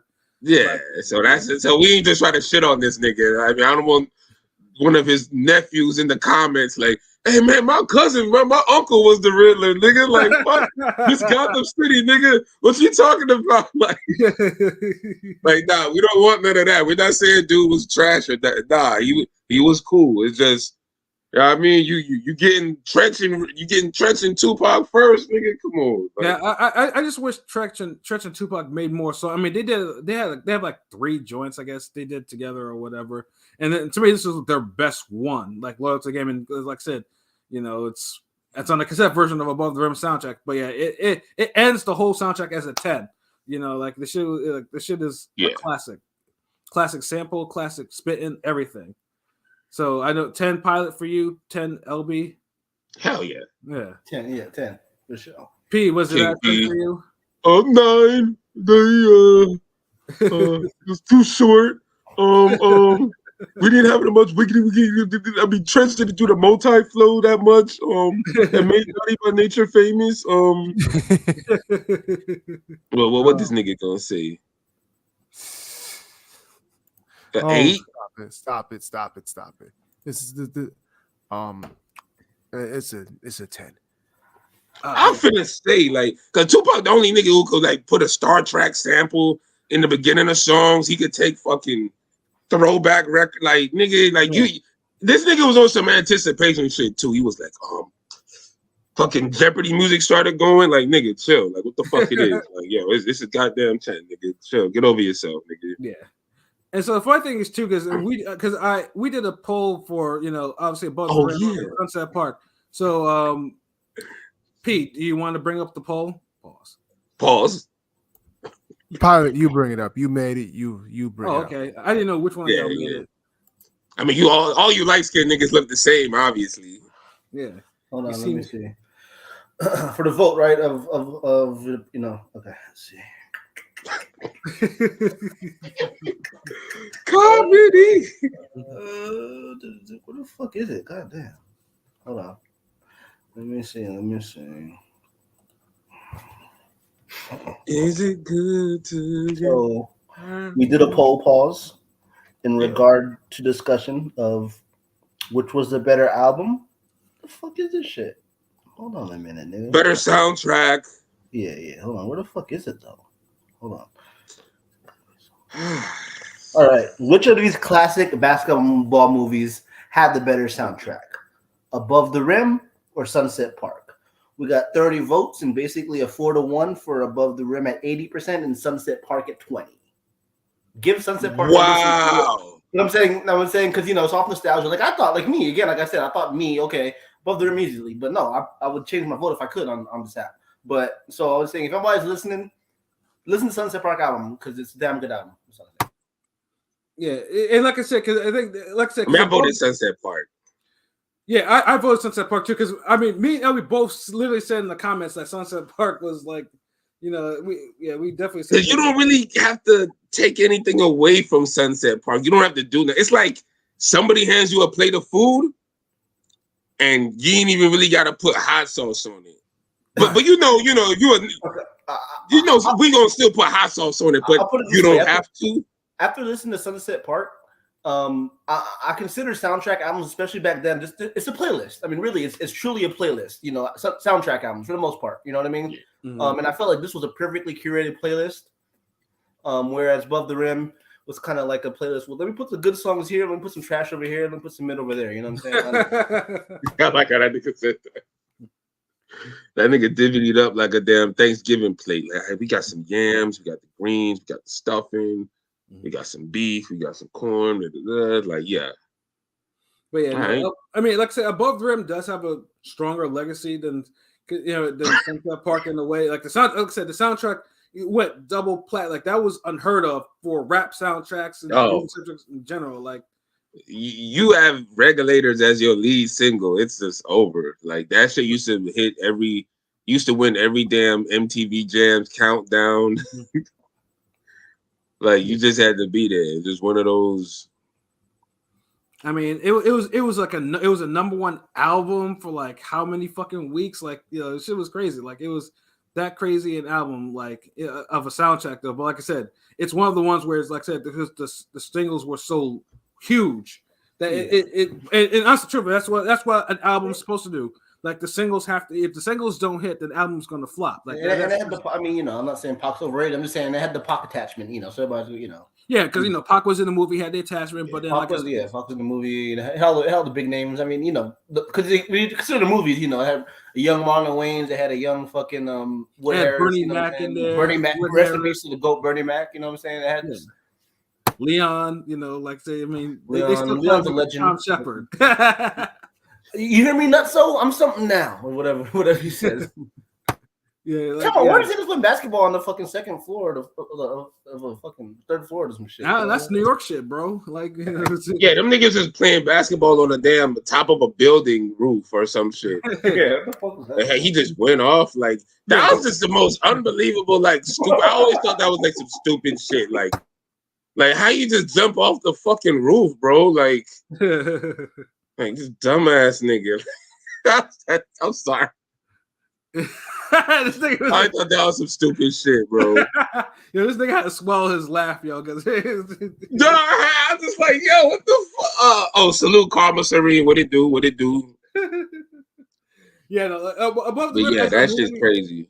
Like, I mean, Above the Rim had strong fucking acting, but yeah, some of the shit in there was just wild. Like, yeah, that scene, the boots too. The when they was kicking Bernie Mac. Yeah, it was like. No, niggas been treating homeless people wild, said like. Bernie Mac played a damn good bum. Like you know what I'm saying. Yeah, he did play a convincing fucking bum. Like, but that's acting though, and it tell you like, could you picture Steve Harvey playing a bum? You'll be like, no. Nigga, no one wants the fucking Goofy movie. Like nigga, stop. But damn, that was a good So. Hold on, so everybody voted for damn Sunset Park or Above the Rim? Like, I voted Above the Rim, but I would pick Sunset Park. I originally voted for Above the Rim, but after further consideration, I have to change my mind. Yes. Oh, y'all some hoe ass niggas. I applaud you hoes. But y'all saw the light. Skin. Yeah, the light. Yeah. Y'all knew it was better. Yeah, like I said, and Sunset Park though, I mean, even with all that, I mean, the soundtrack still went plat, so it was like, for a movie that was the MC Light song, nigga, come on. Yeah, MC Light, brought that shit, and I think the Aaliyah shit was a single too. I almost forget that it actually was. The Hoop in Your Face was a single too. Yeah, it was absolutely. That was absolutely good. I remember at NBA because I remember in some NBA you hear that shit too, like And then these niggas don't know about no '90s NBA, like especially NBA inside stuff where they used to show like the people, like footage people dancing to certain shit in the crowd. That song used to be fucking playing. That song. The whoop whoop, there it is. Hell yeah. And you had two versions. You had two niggas, but you had whoop and then you had whoop. Like that's how that's a crazy shit. Like come on, man. '90s. Speaking of '90s, man. So we gonna be back here next week, man. Cause niggas love the '90s so fucking much. Like you niggas just loved it. We're not done with the '90s like all these kids are. Yeah, we back with the '90s. So we gonna have, since niggas love the '90s so much. Oh, salute Kane son, what it do? Bring gang round, Nether Realm gang, nigga. Yeah, we in here, bro. So we gonna do we have a little rematch. Since a motherfucker in this particular battle loved the '90s so much, we gonna revisit that. So me and Pat gonna have a '90s R&B playlist battle. So no categories. We just hitting y'all niggas with the fire fucking R&B from the '90s. Got a whole decade to choose from. Mm-hmm. That's the only criteria. Mm-hmm. And so next week episode, it's gonna be for the ladies. It's gonna be, you a nigga, bring your lady now. We gonna be here. We gonna be vibing. Gonna be some good music, and we gonna get our shit. We gonna talk our shit. And hopefully YouTube doesn't hate on us and tries to say, oh no, we can't. The artist doesn't want you, playing this, on the streams again. We're gonna have to like suppress it and shit like that. Hopefully no hate. So that's why y'all gotta make sure y'all tune into the live. So y'all could see it live. Because we'll say the name of the song, but it ain't the same when you just chilling. So right. Well, so definitely be there for that one. That's gonna be epic. Just because we want to show, we don't get R&B a little more love. It's R&B been getting a little love. Had the Brandy Monica joint. Mm-hmm. But there's so many classics from the '90s that underappreciated. So you heard some of them on the damn soundtrack here. Right, absolutely. So we taking it a step further with that, and we'll see who wins. And most of all, just to put niggas on some newer shit, some shit they may not have heard, or some shit that they forgot about is fire. So that's really the takeaway from all these playlist battles and shit. Because I love music. It's good to just pay it forward, and obviously, and of course, there'll be more non-90s shit too. But this is just one of those things. Yeah, because some niggas be trying to throw the Larry Holmes at us a little bit, so we might put something in the 2010s. I'm just saying, some niggas I be trying to promote. We've had other battles and shit. Like I be peddling that shit a lot. There's a couple niggas that be always trying to throw the Larry Holmes. With Discord niggas. Collie / from the Collie Discord type of thing. They're just always on the '90s shit. But my whole thing is this: like, I get that, but it's like, where's the alternative? Why is no one coming up with the alternative? Why everybody always goes back to this? And then at the same time, like, people are sampling the '90s shit now, which is crazy. Yeah, like. And even the young niggas, even the niggas who's like 17, 18 doing reaction videos to this shit. Reaction to the 90s, reaction to Mobb Deep, reaction to DJ Quick.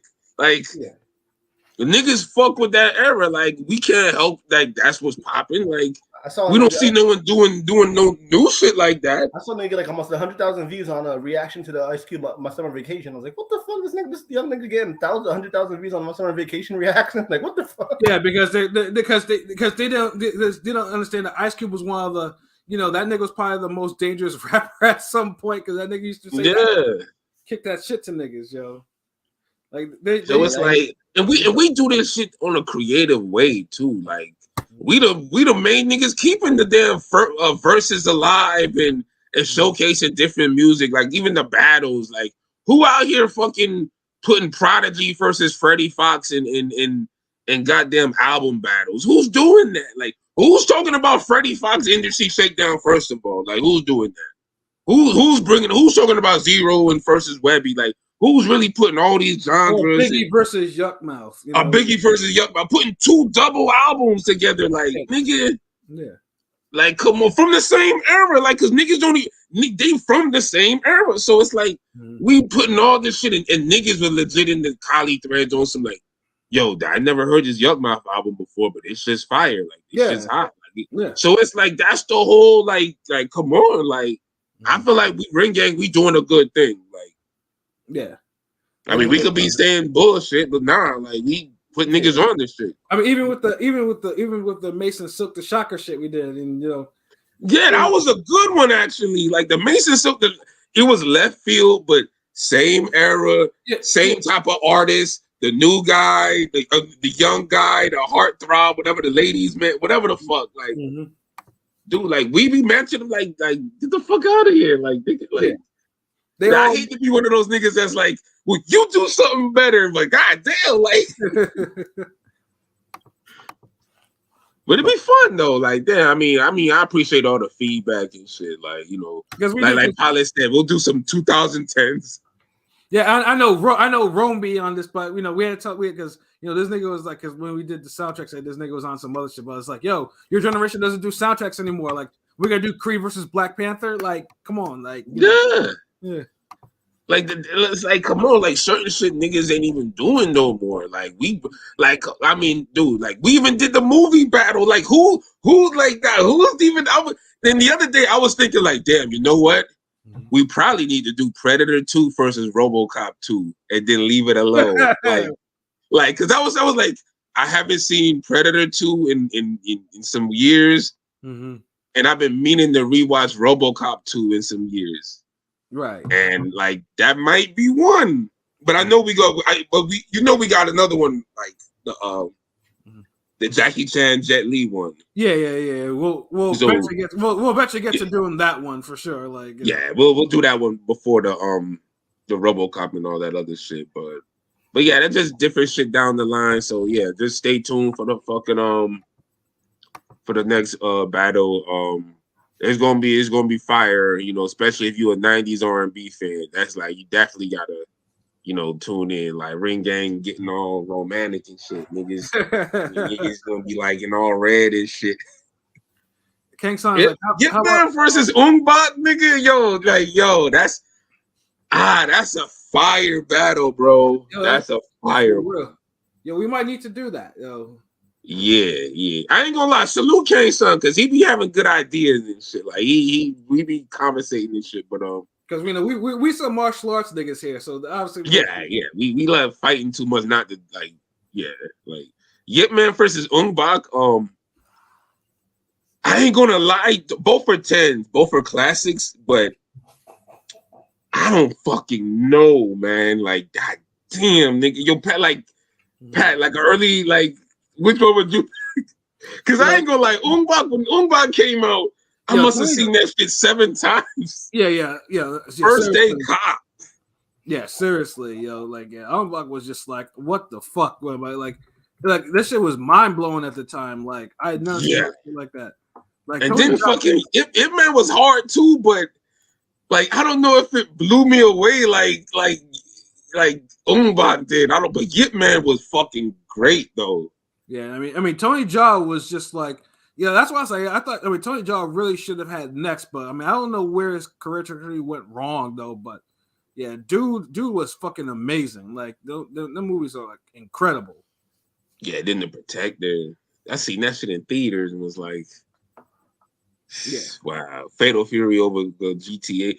Man, I'm like one of the biggest Fatal Fury fans, and I wouldn't even say that, bro. Like, come on. Yeah. If you could get the GTA 6 day one, you could GTA, man. Yeah, like the fuck out of here. Like I fucks with Fatal Fury. Like Team Bogart. I mean, what they do? Geese Howard in the building. Umbach was OG. Umbach was funny too. It was like like we missing mainstream martial art movies. Like put one of them shits in the theaters. Like what's the one you was telling me that's gonna be coming out? The Monkey Man. Yeah, Monkey Man. Yeah, that's in a couple weeks.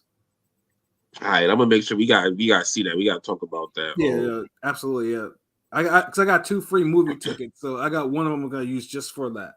So yeah, I got some on the movie card for that. So yeah, there ain't nothing else been.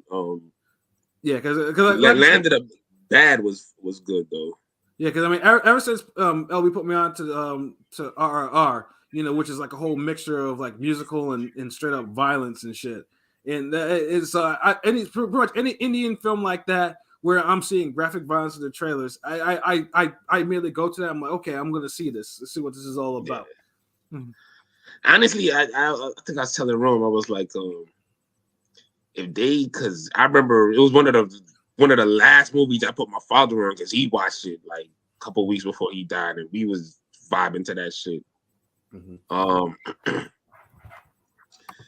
I would love to see American like do that approach, like make an action movie, buddy action movie, and then like how the Bollywood niggas do it so slick, like they'll be doing undercover and they'll walk into a club and they be like, yo, what's good? Like, yeah, there she is. That's our prime target.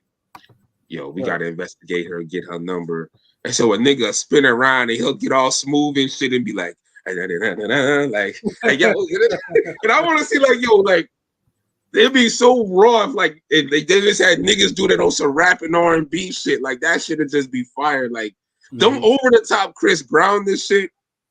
But although he's a good example, but I guess more Omarion or Image, but you get what I'm saying? Like that whole vibe, and that shit just busts out into a fight. It'd be like a whole music video, and then it just busts out back regular. Like so so the gang niggas is coming through. This is that like it's at the point I could almost see BMF doing that shit. Like shit so corny.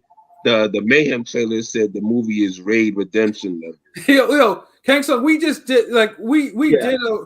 It's gonna be posted soon, but me and LB we did a review on Mayhem because we finally got a copy of it and we watched it. Yeah, it goes into more detail than the little short I put up the other day. So yeah.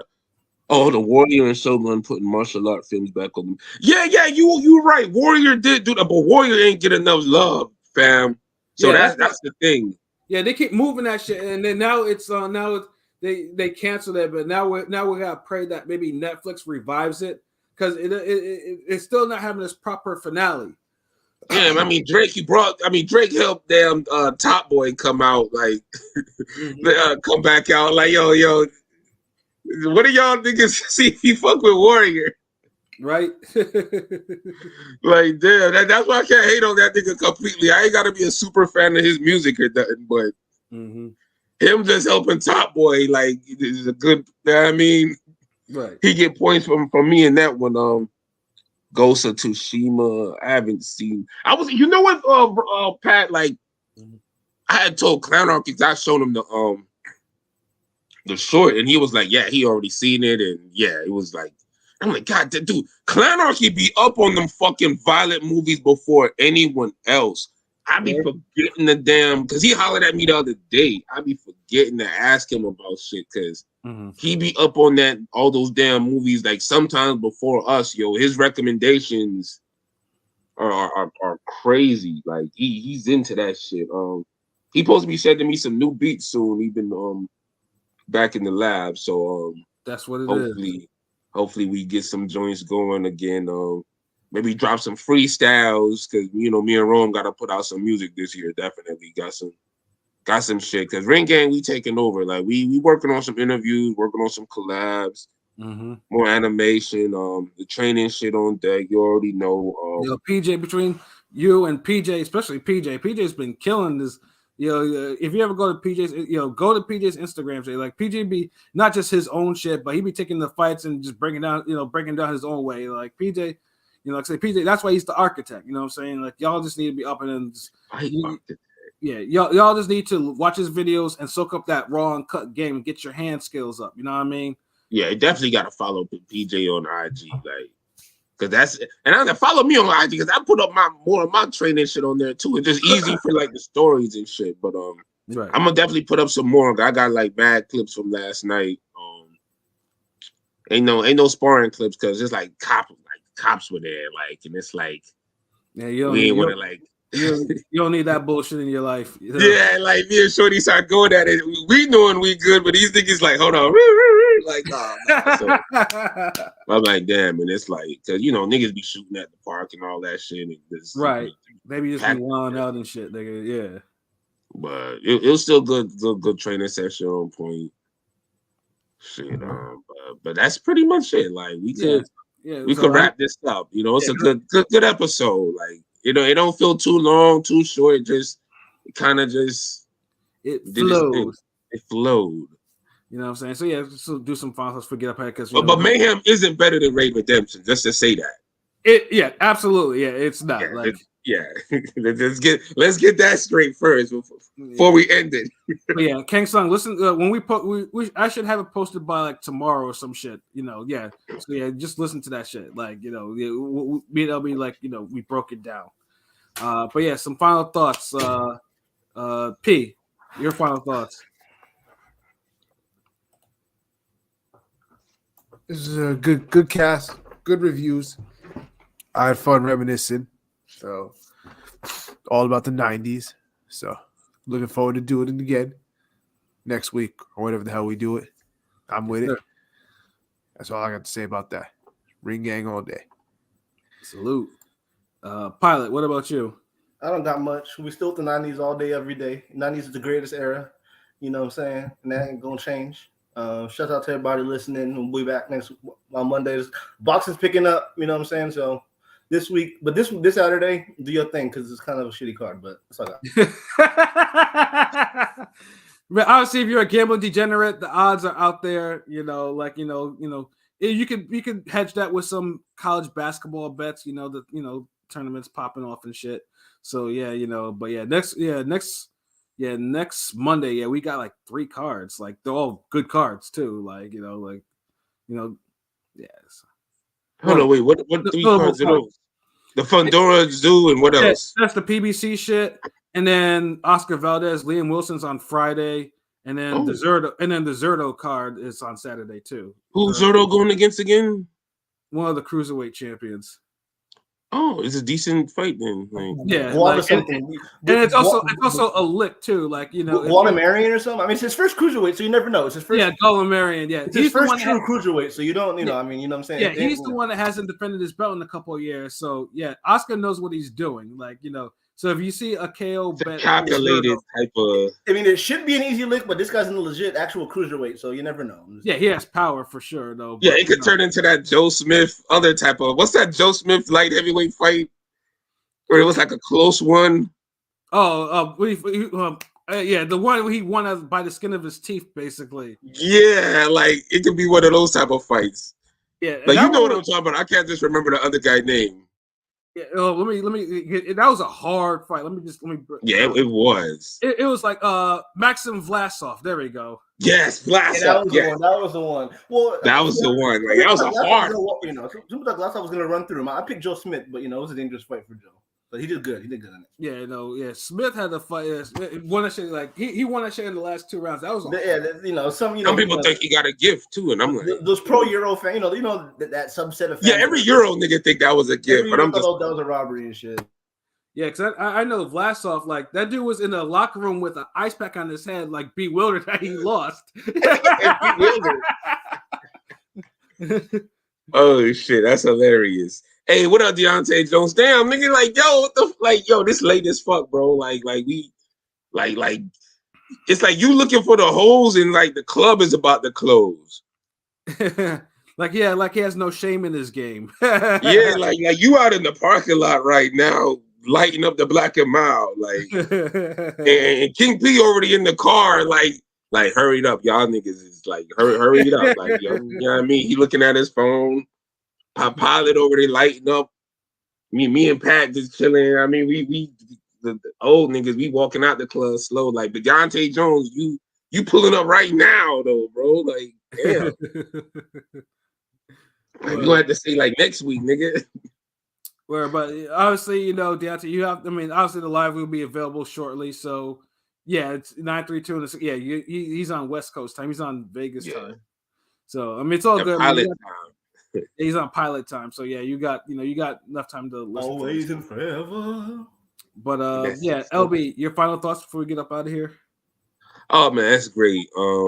Just stay tuned for more shit. We back with more shit. Shout out to my Ramadan niggas. Salute to them. What's his name? Prolific gonna be back on the animation joint when that's up. So we back here. We gonna have more animation shit, more fighting, more, because I do every Ring Gang cartoon differently. Like some of them I know the plot.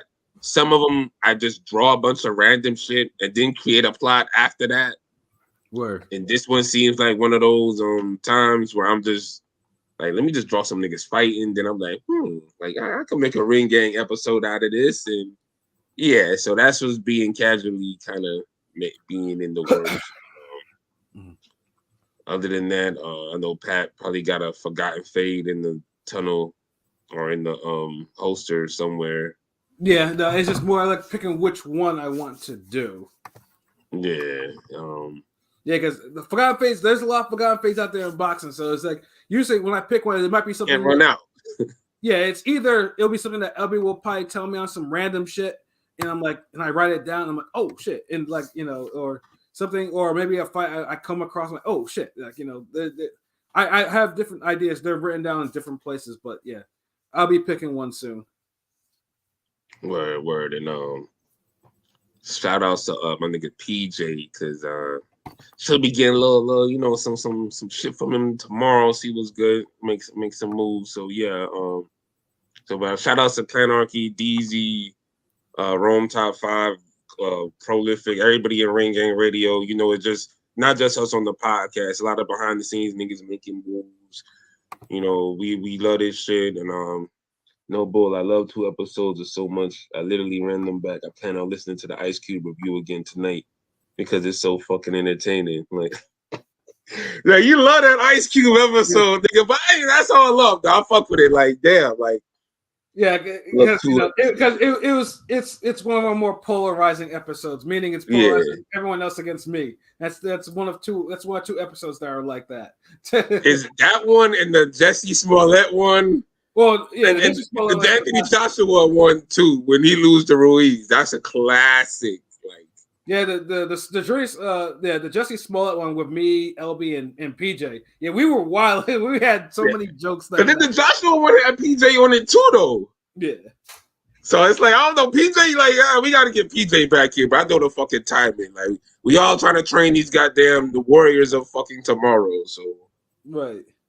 Oh, that Buck and Lloyd Banks one was fire too. That was a great. Everyone, we got a lot of love for that one.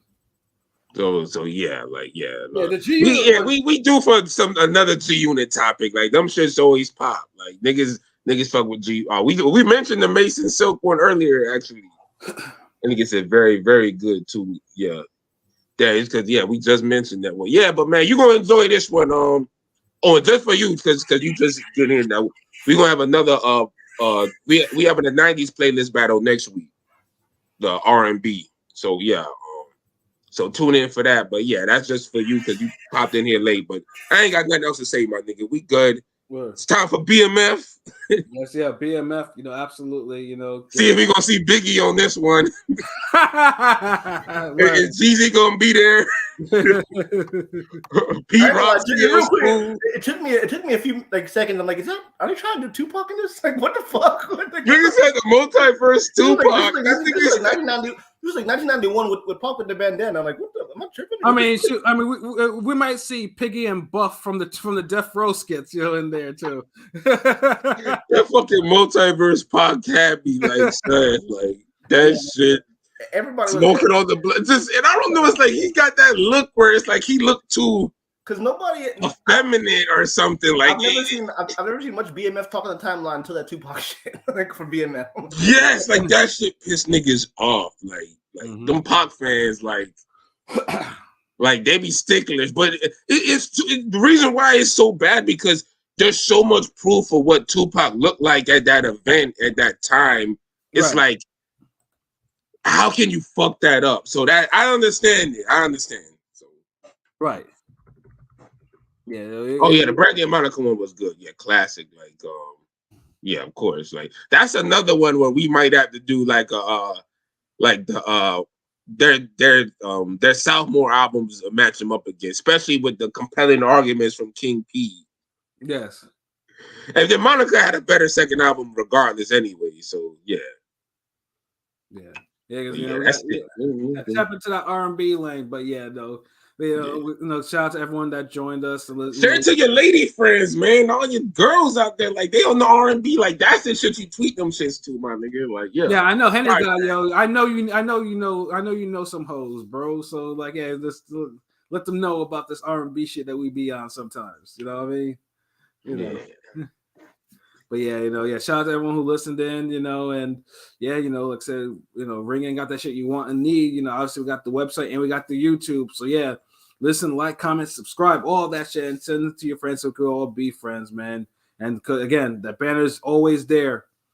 You know what I'm saying? And yeah, see that banner always, feel free if you feel in your heart, if you want to donate to the cause or whatnot. And we appreciate it because we do everything that we do for y'all.